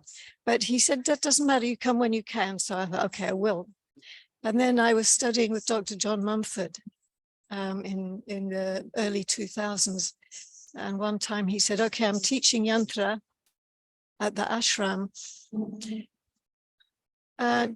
you want to come? Wow. I said, at last, I'm going to get to the ashram. And just things fell into place. So I came and yeah, you arrive at the door. Enter here only if you're happy. Of course you're happy. There's no doubt about it. And I was so generously welcomed, you know, it just blew my mind. And I thought, yes, I'm home now. I'm here. And Swamiji's still here. And he's pleased I've finally done what he told me to do. And then I discovered that AMMAJI also is right up there with him, because her way of teaching was absolutely astounding to me. Those people never stop. They're up before you. They're working all day. And they're still working when you're absolutely exhausted and you've gone to bed. And everything they say is golden. It's amazing. And wasn't just Swamiji and AMMAJI. I can see it's been taken up by the rest of them, especially Dr. Ananda. He does too much. And yeah, I don't know what to say. I'm just so happy to be home. Thank you so much. So now you're here, of course. And how do you see the ashram evolving, right? It's such a time of change.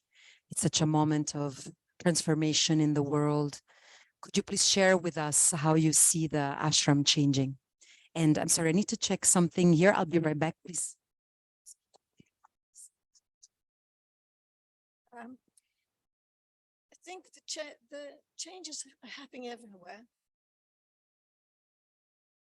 because largely because of the coronavirus, and I think that, and also the way that that yoga has been treated in the West. And I was very disappointed to see how it was evolving and becoming so physical, and it was just too physical, and there was no heart in it.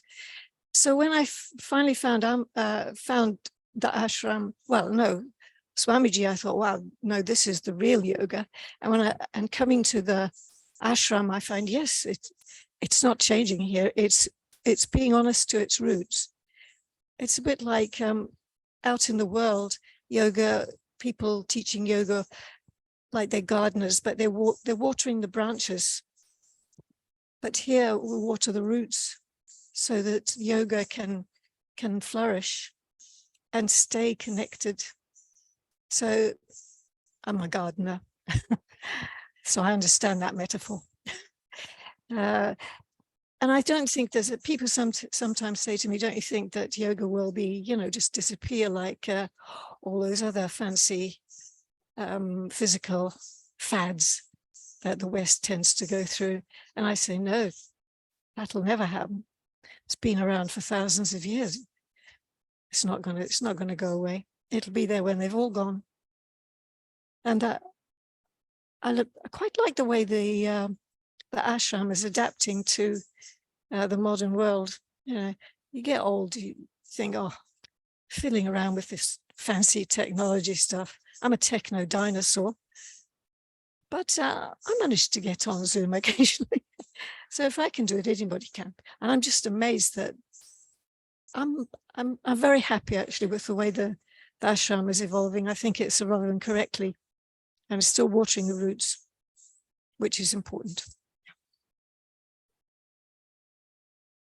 Thank you so much for being here and for sharing your stories. And we will continue on with our dear Murali here. So let me read your bio to begin. Yogacharya Murali.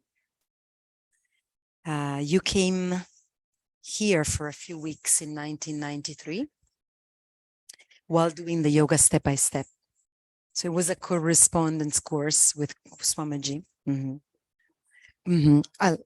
Right, I'll give you the mic in 1 second. And you did your teacher training in 1994 here.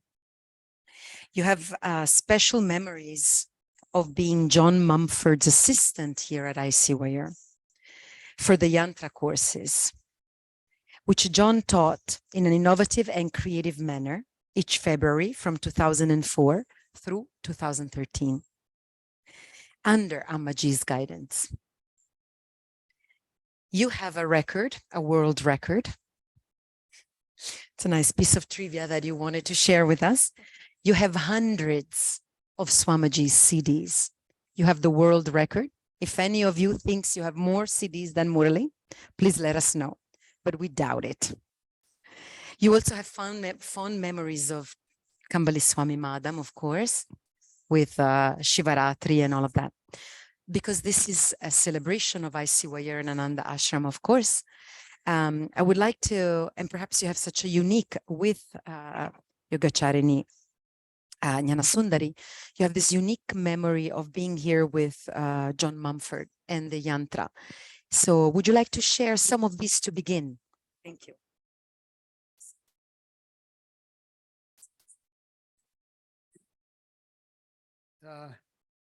My name is Murali Duran, and the main purpose of my being here is to represent Yogacharini Yoga Association of Australia, who the main purpose of our association is to spread Yogacharini Yoga to those people in Australia that want to learn the true yoga as we see it. And so as part of that, we felt at Yogacharini Yoga Association Australia, someone had to be here to represent us at AMMAJI's birthday, because without her, none of this would have happened. So,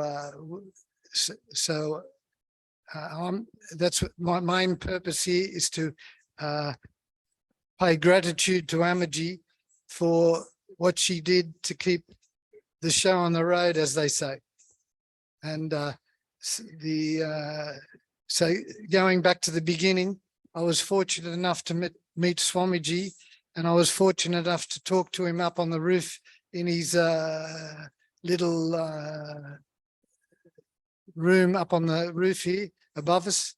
And he asked me, "Why are you here?" And I said, I'm here because I read one of your articles on prana, the cosmic catalyst, and I came here to learn more about prana. And that was the main thread of our conversation. And then it was someone's birthday. I think it was either Amma's or Swamiji's, and then we went downstairs and celebrated the birthday like we celebrate every birthday here. Everyone got sweets, and everyone had a good time. So the fond memories I have, there are many fond memories. The negative stuff I've put out of my mind, because it was I had to do whatever happened negatively had to happen, and because I had to learn that was part of the course. But so I only remember the positive, and the special memories are coming from 2004 to 2013 with John Mumford assisting him with the yantra, which has since been my passion, to keep the yantra, Swamiji's yantra, going, because it allows us, the yantra allows us to help, assists us to live an evolutionary life instead of, it's easy to devolve, it's not so easy to evolve.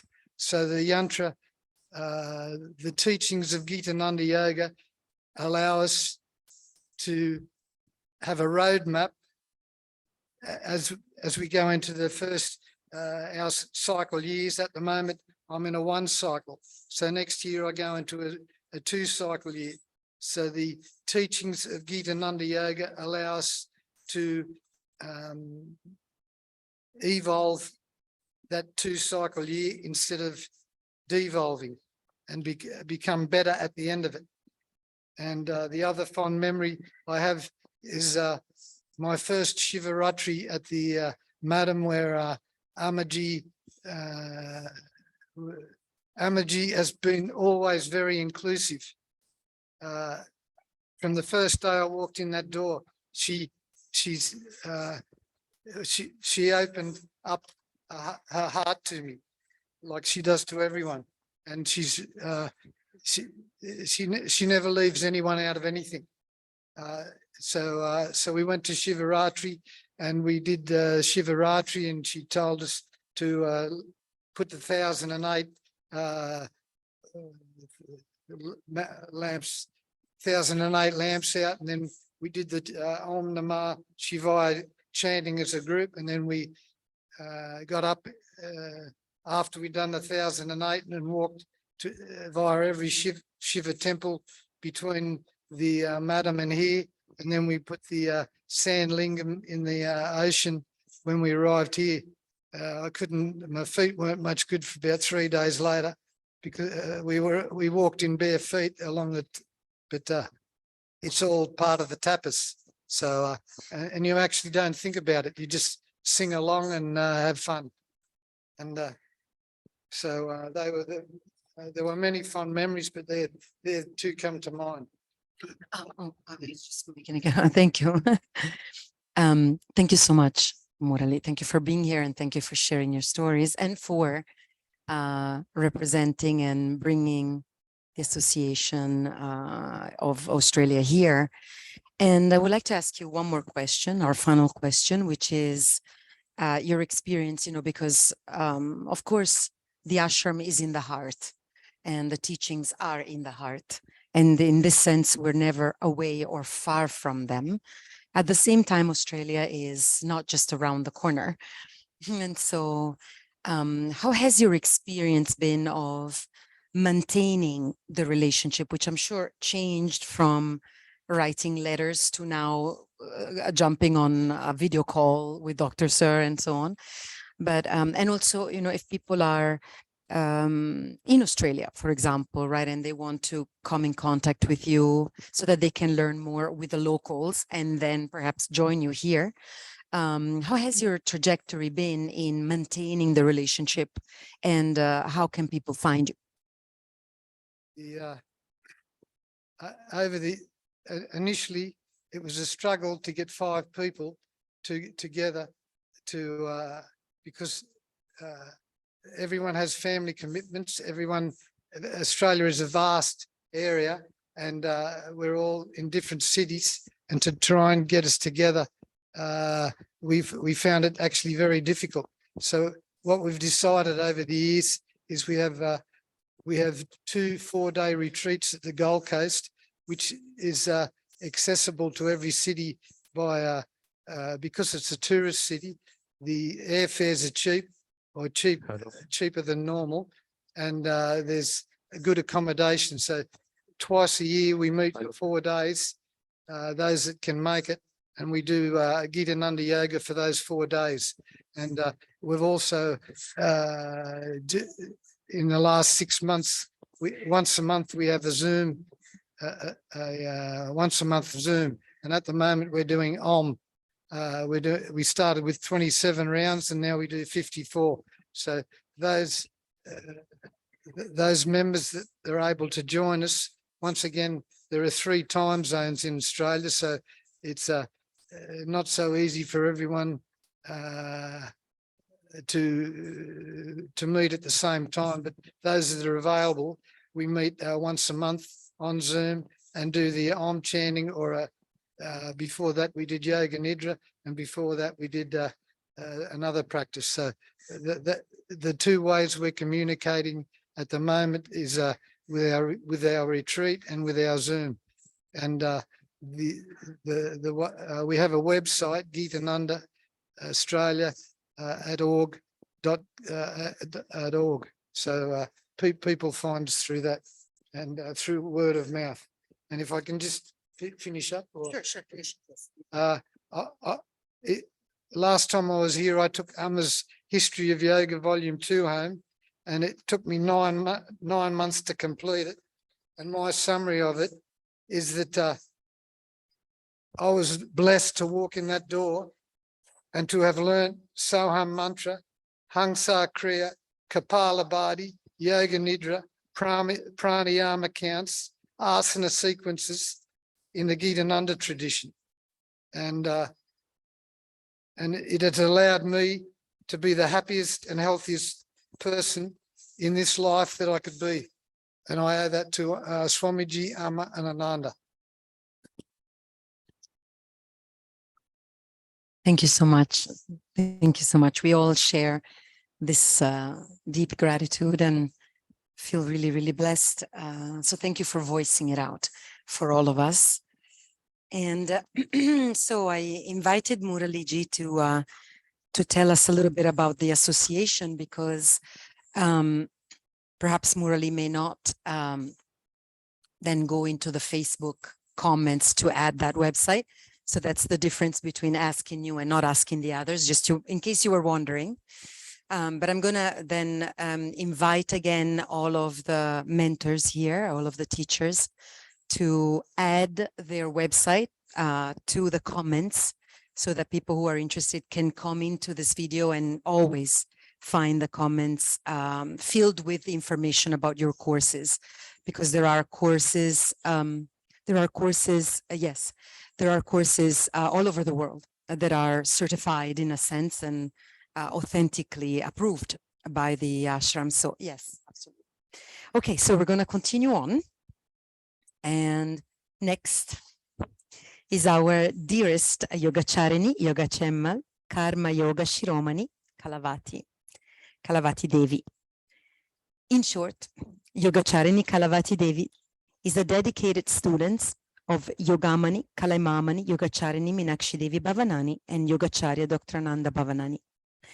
She lives in Cardiff, where she runs your own yoga studio, Om Studio, where Kalavathi teaches a yearly yoga foundation course, yoga teacher.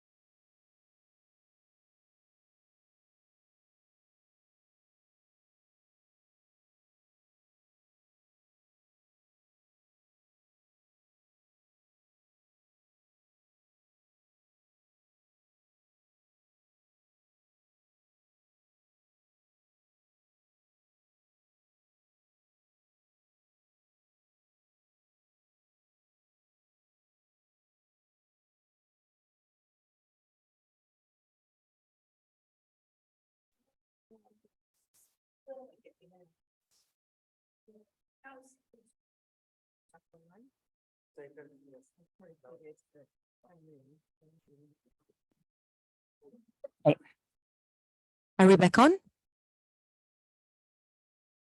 No worries, no worries. So, okay, so Kalavathi. So you've been here many, many times, and you have been here and you have been, you came as a student and then you have been assisting AMMAJI, and then you have brought your own students, and now we're bringing, you just finished basically a 2-week residential program. So I would like to ask you a question about the regularity, rhythm, and repetition. It's just one of the teachings, of course, of this parampara. So what has it been in your experience, of course, as a student, and then as a teacher, as a mother, like as a person, as a whole person? Why is this teaching important? And the reason why I bring this up is that in your yoga class, Hatha yoga class this morning, you brought it up. And so I would like to know, and I would like for you to share with us, how does this impact a yogic life? especially in a world or in a contemporary society where we're constantly invited to search, to grab something new, something different, something right that we haven't had before. And so what is boredom? Yes, because, you know, in the regularity, rhythm, and repetition of a yoga life, we hit this resistance of the ego of not wanting to go back and practice the same routines over and over again, right? So this is such an important teaching. And I'm sorry to ask you this unexpected question, but you gave the teaching this morning. And so I would love for you to share with our online community as well. Thank you. Thank you, Sangeeta. Can you hear me? Is the sound working? Yeah, okay, great. Whoa, what a question. Okay, so regularity, rhythm, and repetition. One of my students recently said something to me, which was a really good thing. And they said that one of the main lessons from this is it keeps you accountable. So practicing yoga, teaching yoga keeps you accountable as much as anything. I've always taught. I trained in 1999 and I went home and started teaching, and the teaching situations have changed. I've taught different classes, I've taught in different places, different people, different, you know, some were hatha yoga classes, some were, I often called them breathing classes, just to get anybody in through the door that needed help with their breathing. But that regularity, rhythm, and repetition of the teaching actually keeps me accountable. I think if I wasn't teaching, I don't know, who knows? But if I wasn't teaching, would I have been able to carry on that sadhana, that physical sadhana with children, bringing children into the world, bringing children into that yoga life? It's impossible to know, but by teaching meant I was carrying on with this. So I can't remember which one of my students said it, but I was like, that's so true. It keeps you accountable and you can't get bored. I remember somebody asked AMMAJI once, and she was telling us this, and they said to her, don't you get bored of doing Surya Namaskar? You know, like you're doing it every day. Don't you just get bored? And she said, no, I've done Surya Namaskar thousands and thousands of times, but every single time it's different. The weather's different, the birds are different, my body's different, the breath is different. She said it's never the same. And I think you need to remember this when you practice. You know, nothing is ever the same. And being much older now, so it's almost 25 years that I've been coming here, and I came with a young body, and I've had 2 children. So your body goes through changes when you have babies, when you have children. And I'm a bit older now. I haven't got the same body as I had when I came here. But you find that when your body changes, what you're able to do changes as well. So some things I wasn't able to do, I'm actually able to do now, whereas other things that I was able to do are not as easy to do now. And that in itself, you know, is helping you through, you know, that I don't even think of boredom, to be honest. I really don't think of boredom because everything's constantly changing. Nothing is ever the same. And I think we're so trained to do that, you know, repetitive, rhythmic, regular practice. And within that training, you know, we have all of these different practices, and a lot of them will be the same every day, but others that we can chop and change. So you don't allow that boredom to come in. I don't think, I never think of being bored. You know, I think the way it was delivered to us was so clever. You know, because it's given us this toolbox that you can dip in and out of, but change is always there. Nothing's ever exactly the same. and it holds you accountable. Thank you so much. It's very, very true. And this brings up another teaching of the Parampara, and especially of Swamiji, but I can see that also, of course, in AMMAJI and Dr. Ananda Sir as well, which is not to create followers, but to create teachers. Actually, they had really a lot of trust. It said create gurus. Let's just start with teachers. We'll take it from there, which is a good point, because it seems to connect to what you're saying, right? That perhaps why do you want to create teachers is that they practice, and by practicing with regularity, rhythm and repetition, the tradition stays alive. Because when you think about traditional cultures, they're all based on regularity, rhythm and repetition. And this particular Parampara's teachings being steeped into the tradition of not only India, but this area of India, of course, creates a steady structure, a steady system, and something that is a foundation for everyone. So thank you for bringing that up, and for reminding us. And I thought it was important to mention it because this is a living tradition, and being a living tradition means that the regularity, the rhythm, and the repetition have to be there to maintain the teachings in this authentic form. And you're doing that. So I thought, we're all attempting to do that, but definitely you make a point that this is very important to you. And so this is great. And so how have you seen the ashram change, over the years? And every time you come, then you go back to your own studio in Wales. And what are some of the changes that you see here that you bring back, or what are some of the innovations that you see, for example, with Dr. Ananda bringing all of the teachings online that you're integrating? And again, I asked this question to some of the panelists. I'll ask it to you as our last question for now. How do you see these teachings evolve, and how do you see the ashram evolve? It's a really interesting question, because, I've already said change is inevitable. Nothing ever stays the same. For me, I think to really imbibe that Gitananda tradition, there needs to be we did a 6-month course, and I don't think anything can replace that.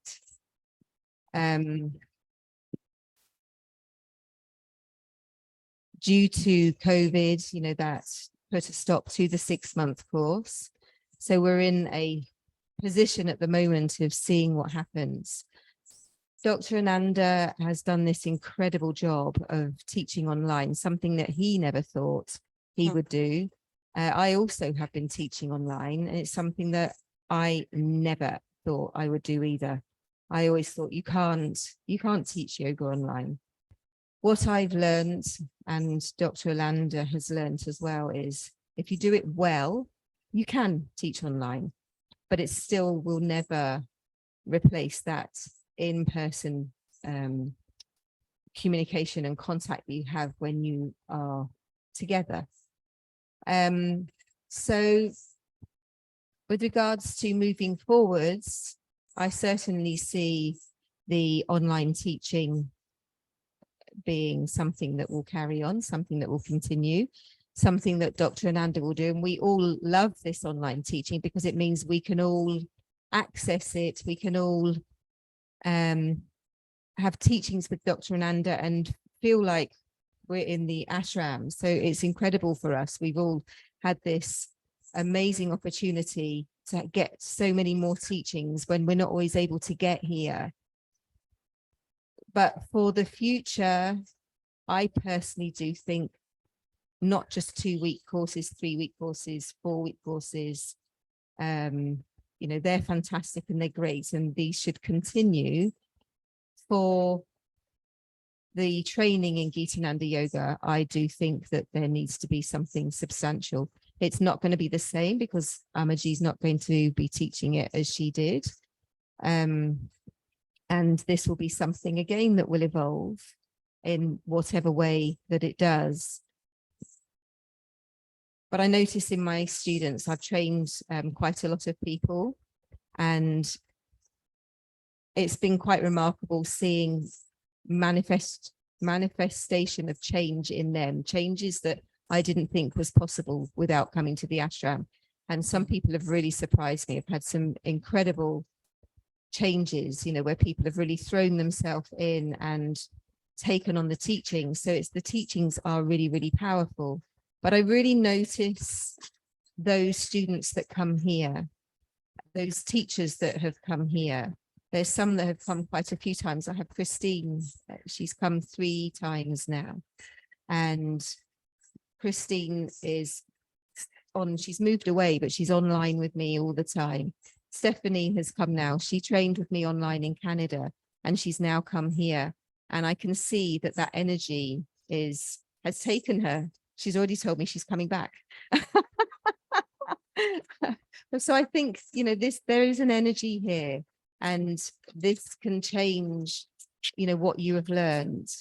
Not everybody's able to come for a 6-month course. Not everybody's able to commit to that kind of time in your life to be able to come here, and that, which is exactly why I started the teacher training, because I was being asked, and actually one of my students went behind my back and asked Dr. Ananda if I could run a teacher training course, and Dr. Ananda said I should. So I kind of got pushed into it, because up until then I've been saying, go to the ashram and do it. That's how you need to do it. Go to the ashram. So it's a tricky one, isn't it? It has to be something that evolves itself. But that time of being here, not just for 2 weeks or 3 weeks or 4 weeks, that longer period of time for being here is how things get into you on an energetic level. It's how you change. It's how you see yourself.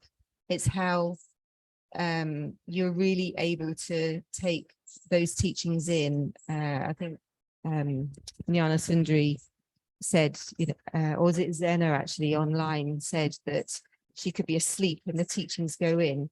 You know, that being here where everything is around you, it's different. It's really different. And being taught by AMMAJI or Swamiji and Dr. Anandaji in that context, I think is really what needs to happen for, you know, to be able to be a Gitananda yoga teacher in, you know, in full. That kind of training really has to be there.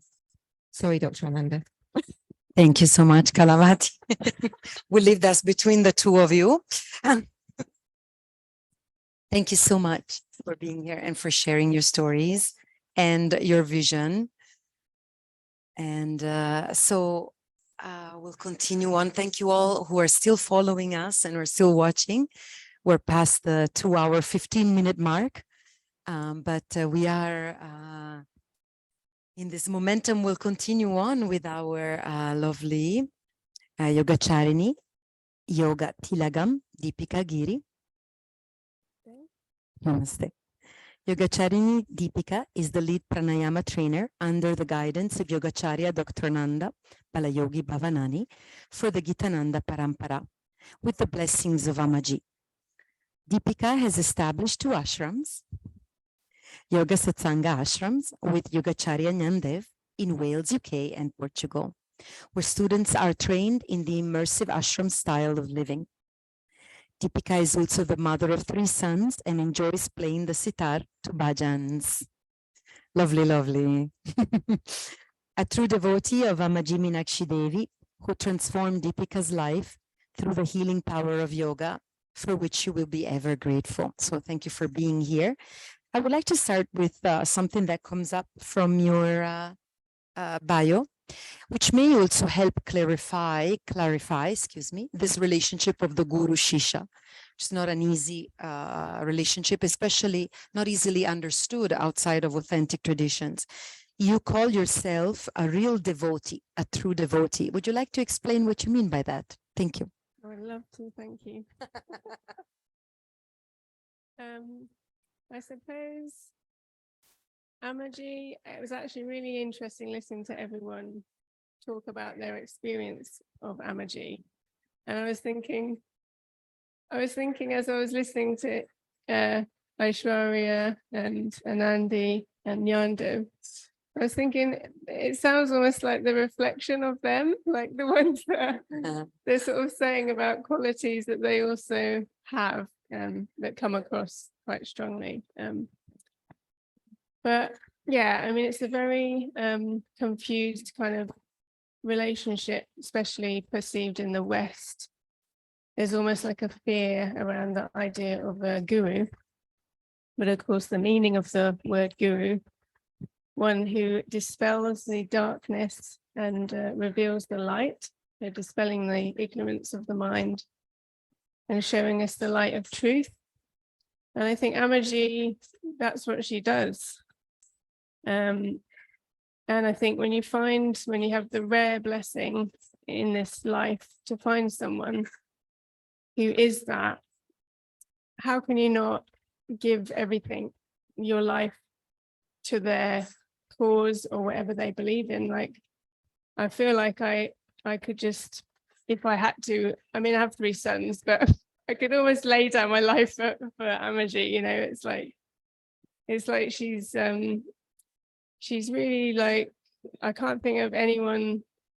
It's just like a next level kind of relationship of a person that it's a little bit beyond words, really. But it's like I can't offer her enough, really, to show my gratitude for everything she has done for me and my life. And so I try to offer, you know, by offering my service here, and giving my time, my energy, however and wherever I can in between my other responsibilities. So I do what I can.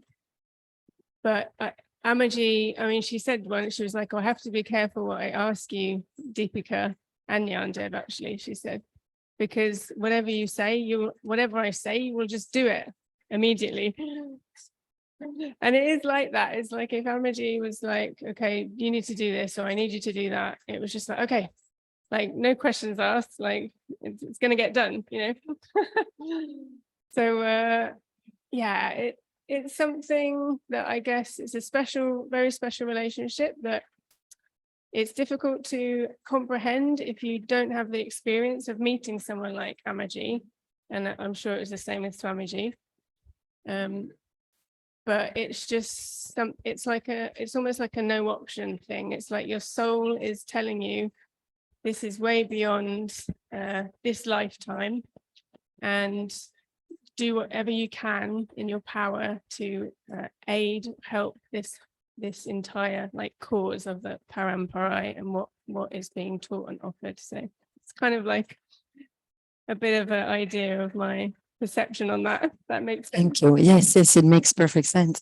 Thank you so much for sharing that.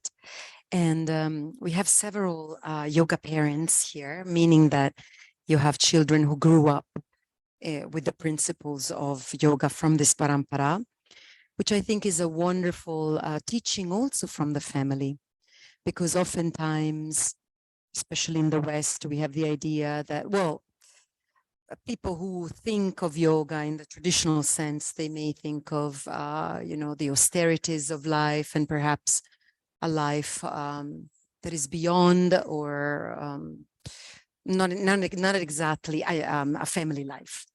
This is what I try to say. But this family and the Gurukulam, which we are celebrating its 55th birthday today. So this Gurukulam is the home, the womb of the Guru, where all of us are children.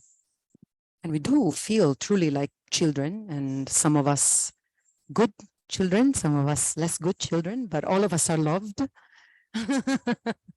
The naughty ones are the naughty ones. And but I've been wanting to ask this question to all of those of you who have children, of course, and I did manage a little bit with Aishwarya, but not as much as I would have liked for everyone. But I guess I'll ask you. I'll ask you about growing the children into an ashram, really, right? Except in the UK or in Wales. And how have the children been impacted by that? I'm sure it's not always easy as the children grow up with different values, the yamas and niyamas of yoga in the Western world. It must not always be easy. But it's the same here, right? It's the same here where the children go out and there's all sorts of different stimuli. So because of the celebration of the Gurukulam, the official establishment of the Gurukulam, and because you have the ashram and the children are growing there, what are some of the teachings that you received here? Of course, beyond the routine, which Jnandev already spoke to us about, but some of the important teachings, and how do you see the children as they grow older begin to appreciate and integrate in their own lives? 3 minutes for this one. The first thing I would say about having the children, I mean, I came to the ashram and I'm not having kids person. So AMMAJI, through her satsangs, basically convinced me that if you want to spiritually evolve, like children is pretty much a no option thing for most people.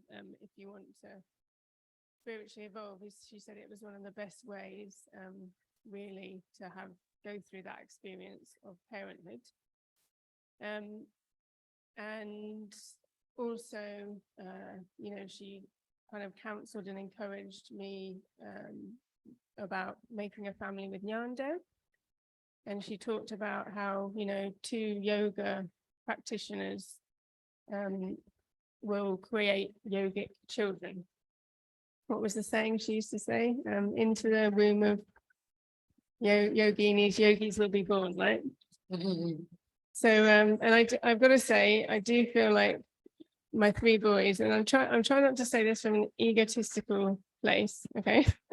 But they are like truly amazing, very yogic personalities, but not in an obvious way. And I have the absolute certainty that if I had children before doing the yoga 6-month course, that they would have been, if I'd had children at all, but they would have been very different beings, like very different. And I just know in myself that the whole transformation, my inner transformation, created these children, not other kids. Okay, that's the first thing I want to share. I mean, they were up, we tried to bring them up in a Hindu, we are Hindus. And Jnandev obviously has more knowledge about the Hindu ceremonies and rituals. So as we went through their, each of them as they were born, they had different ceremonies. And, we did all the different things at home in Wales, which of course, for the people locally there, it's more like probably a performance, like to come and see some sings of bhajans and tie thread and do like a bathing ceremony or a naming ceremony or whatever. It was all a bit odd. But anyway, it was important to do, it was important for us. So they had that, they had the background of like, we're chanting mantras, we're singing bhajans. They were in the classes when they're very young, much like Divya Priya and Anandaraj. They'd be running around or just, it was all kind of sinking in, I suppose, on some level as they were very young. And now, they're a bit older, they're sort of 9, 12 and 14. So now they're kind of like, when we say to them, come and join the yoga class, they're like, no. But I think this is the natural thing that kids, they'll move away. But in terms of their personality, they're so sensitive, they're very giving, loving, I just couldn't ask for more amazing souls. And I'm just every day grateful for them to be in my life. And I just feel that there's such a blessing. And I have to thank AMMAJI again for helping me through her teachings to transform my body, mind, soul to create these beautiful kids. And I'm excited to see what they're going to do with their lives. Yeah, so I'll stop now because time running out. Yes. Thank you. Thank you so much. Thank you so much, Yogacharini, Deepika, Giri, for being here. and for sharing your stories. And we are now going to our last, but definitely not least, wonderful panelist. Again, thank you all for sticking. Stickability quotient of the parampara is definitely important. Yogacharini Padma, namaste. Stay. Yogacharini Padma started studying Gitananda Yoga with Yogacharya Gauri Shankarananda in Calgary and completed the 6-month course with Team 47 in 2015-2016 here at ICYER, of course. And you also completed the Yoga Step by Step with Team 52 during COVID, lockdown.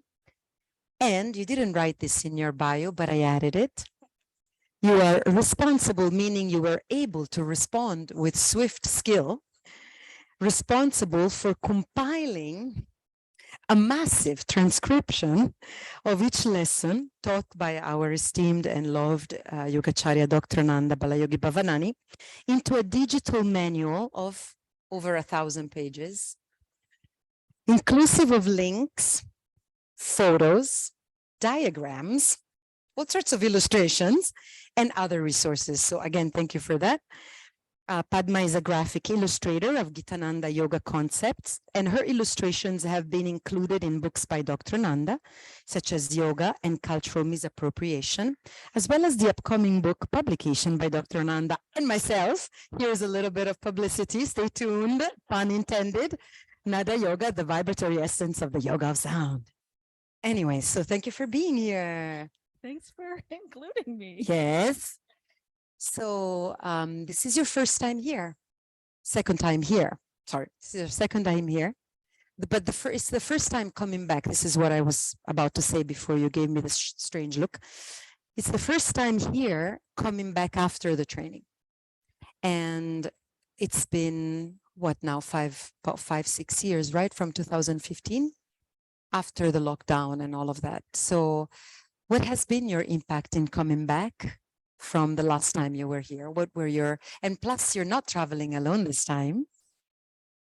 You're traveling with your soul partner, Jer, who is one of the few audience members who's the stickability quotient. There are 2 of them, Miss Valananda, whose birthday is today, namaste, and Jer. So how is it? What is it? What has changed for you? And for you, right? What has changed for you after this time? And is it coming home to the ashram? Yeah, that was something I was thinking about. Is Dr. Nanda always talks about our Zoom womb and the Gurukula womb, and it is a coming home, and also the womb has the Om as well, and that has definitely been my experience of coming home. Intended, but yeah, so it's been 8 years, I guess, a couple of years since the lockdown, but meeting everyone online, having that presence, it felt just like you were here, as Kalavathi said, that you get that energy. You've heard these names of all these panelists. They were all accessible to you, just like Gitananda Yoga was. That was my first experience. Walking through the door it's a family. They accept everyone, regardless. So coming back, it's been maybe 6 days, and the cleansing that happened in the first 2 days, I think I was a puddle for 2 days. So it's something that never leaves you. You come back and yeah, the practices might not be the same. We're older, our bodies are different, the world is different. I have someone with me that happened to injure himself 2 weeks before coming, so there's added responsibility as well. But again, that's the family, that's the accessibility of yoga, and you do what you can and to the best of your ability. So we're here, and AMMAJI and Dr. Sir and everyone and the family, we're all excited to celebrate what's here. And it was AMMAJI that said, bring him along. So he's here. We're very happy you're here, Jer, and you, Padma. So you're one of the illustrators of the parampara. We mentioned Yogacharini, Jnanasundari. There were also other illustrators, of course, through the years. But you add a special skill, of course, which is working with digital illustration, which is fairly new, let's say. I would like to ask you the question of, because you're able to manifest very practically, you have the skills to manifest the illustrations of the teachings. And at the same time, there is a level of intuition that flows through you, because you can't really will an illustration of such deep teachings, right? I mean, and so may you describe a little bit the process of these illustrations with us? Well, not being trained in illustrations, I would have to agree that that comes from somewhere. And again, I think it's the power of the teachings and getting the ego out of the way to allow them to come in. Like when you could be sleeping, as Zenna said, or you could just be in the room, you need to pay attention. But Dr. Sir has been so accessible and online that it keeps, those teachings are over and over and over. They were started by Swamiji, they were down by AMMAJI. And when I came to the ashram, AMMAJI wasn't as accessible as most of the panelists here. I was at a time when we only saw her during satsanga, basically. So again, there's been an evolution. It's been happening. It will continue to happen. So for the graphic design, I'm not talented, but these people that have, you know, they just sit there and they can draw with two hands. I don't know. The computer comes and that's what I sit in front of all day. And my outlet, I guess, is that computer. So just the thoughts that come in, Dr. Ananda paints such accessible pictures. Again, this, to me, this lineage is very accessible. It accepts everyone. And when he has these very vivid concepts, he brings them out and he lets everyone, they're accessible to everyone. I can't say that word enough, I guess. So, yeah. Thank you, Padma.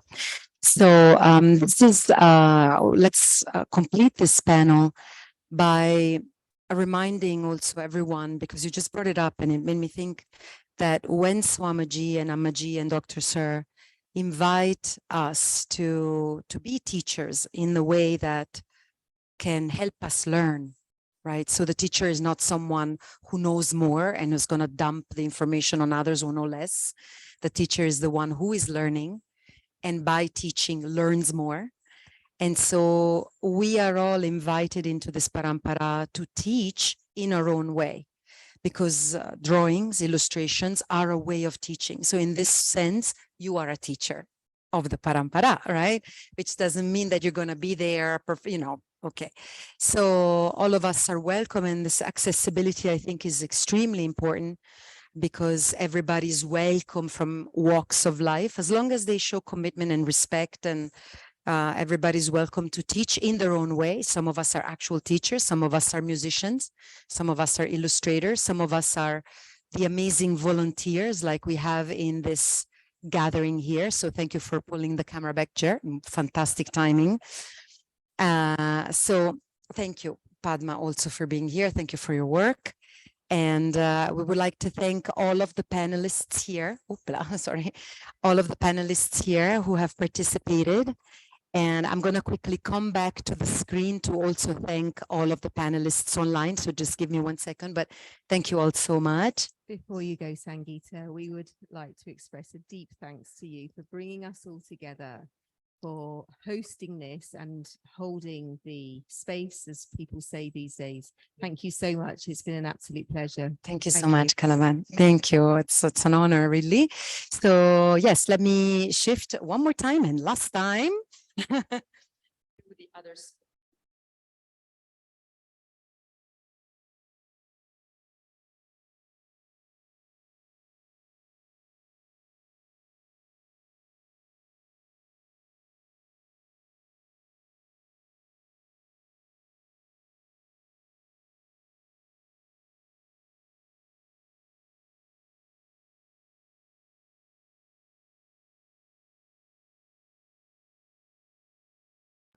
Okay, so thank you all so much again for being here.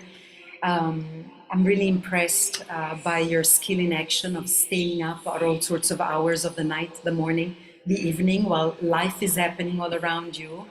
So thank you all so much again, and always for being part of this. This is very important. It's on the eve of AMMAJI's birthday. And thank you all, everyone here at the ashram who has been holding back the preparations of the Homa so that we could finish our panel. There's a lot of ferment going on, so everybody has been working together as a team. Together we all achieve more. So this is a true example of that, and it means a lot that we're all here together, and we love you all so much. Please tune in to the online practices and the online ceremonies and celebrations that will be coming up. Stay tuned into the Facebook page of Ananda Ashram, ICYER. That's you will find it there if you don't know the address already. And we will be making this recording available also on the YouTube page of Yogacharya Dr. Nanda Balayogi Bhavanani and on mine, Sangeeta Laura Biagi. So thank you all so much. And much love. Hari Om Tat Sat. Many blessings to all. And much. Excuse me. Oh, yes. Okay. Just 1 second. 1 second, sir. Let me highlight the video for you. 1 second, please. Sorry. Can you hear the audio here? Yes. கொஞ்சம் அந்த தூக்கணும் தலை cut ஆகுது தலை தெரியல. You have to lift it, otherwise my head cannot. Yeah, yes. So I'm so used to looking at the screen. I must say I've been having a wonderful afternoon upstairs watching this live on Facebook, and just wanted to express my heartfelt gratitude to all the members of our Geetananda Yoga family who have been part of this hybrid panel discussion, both online and here in person, and our live audience, including our birthday girl, Velananda. Happy birthday to her. She's here on her birthday. And all of us running around like headless chickens, getting ready for tomorrow's celebration of Amma's birthday. So thank you, Sangeeta, for putting this together. Thank you for all those who are here in person. Thank you to those who are here online. And it's truly, I would say, the cream of the Geetananda teachers who are in this panel today. And I think it was Gitan telling us, seeing a photo the other day, he said, the cream of Geetananda teachers on the roof at the ashram. And it is so true when you think about this panel, both here in person and online. I think we truly have the cream.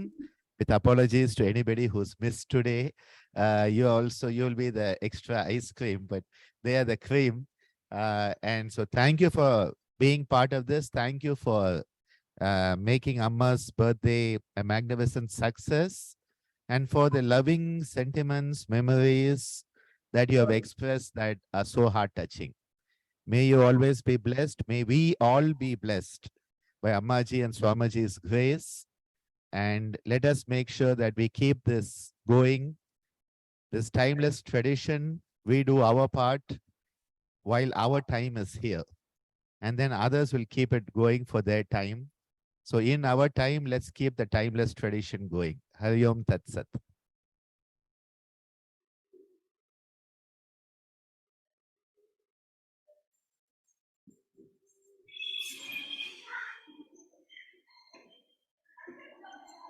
Namaste, everyone. So again, thank you all so much. We're going to close now this connection, and we'll see you all again very soon. Hari Om Tat Sat.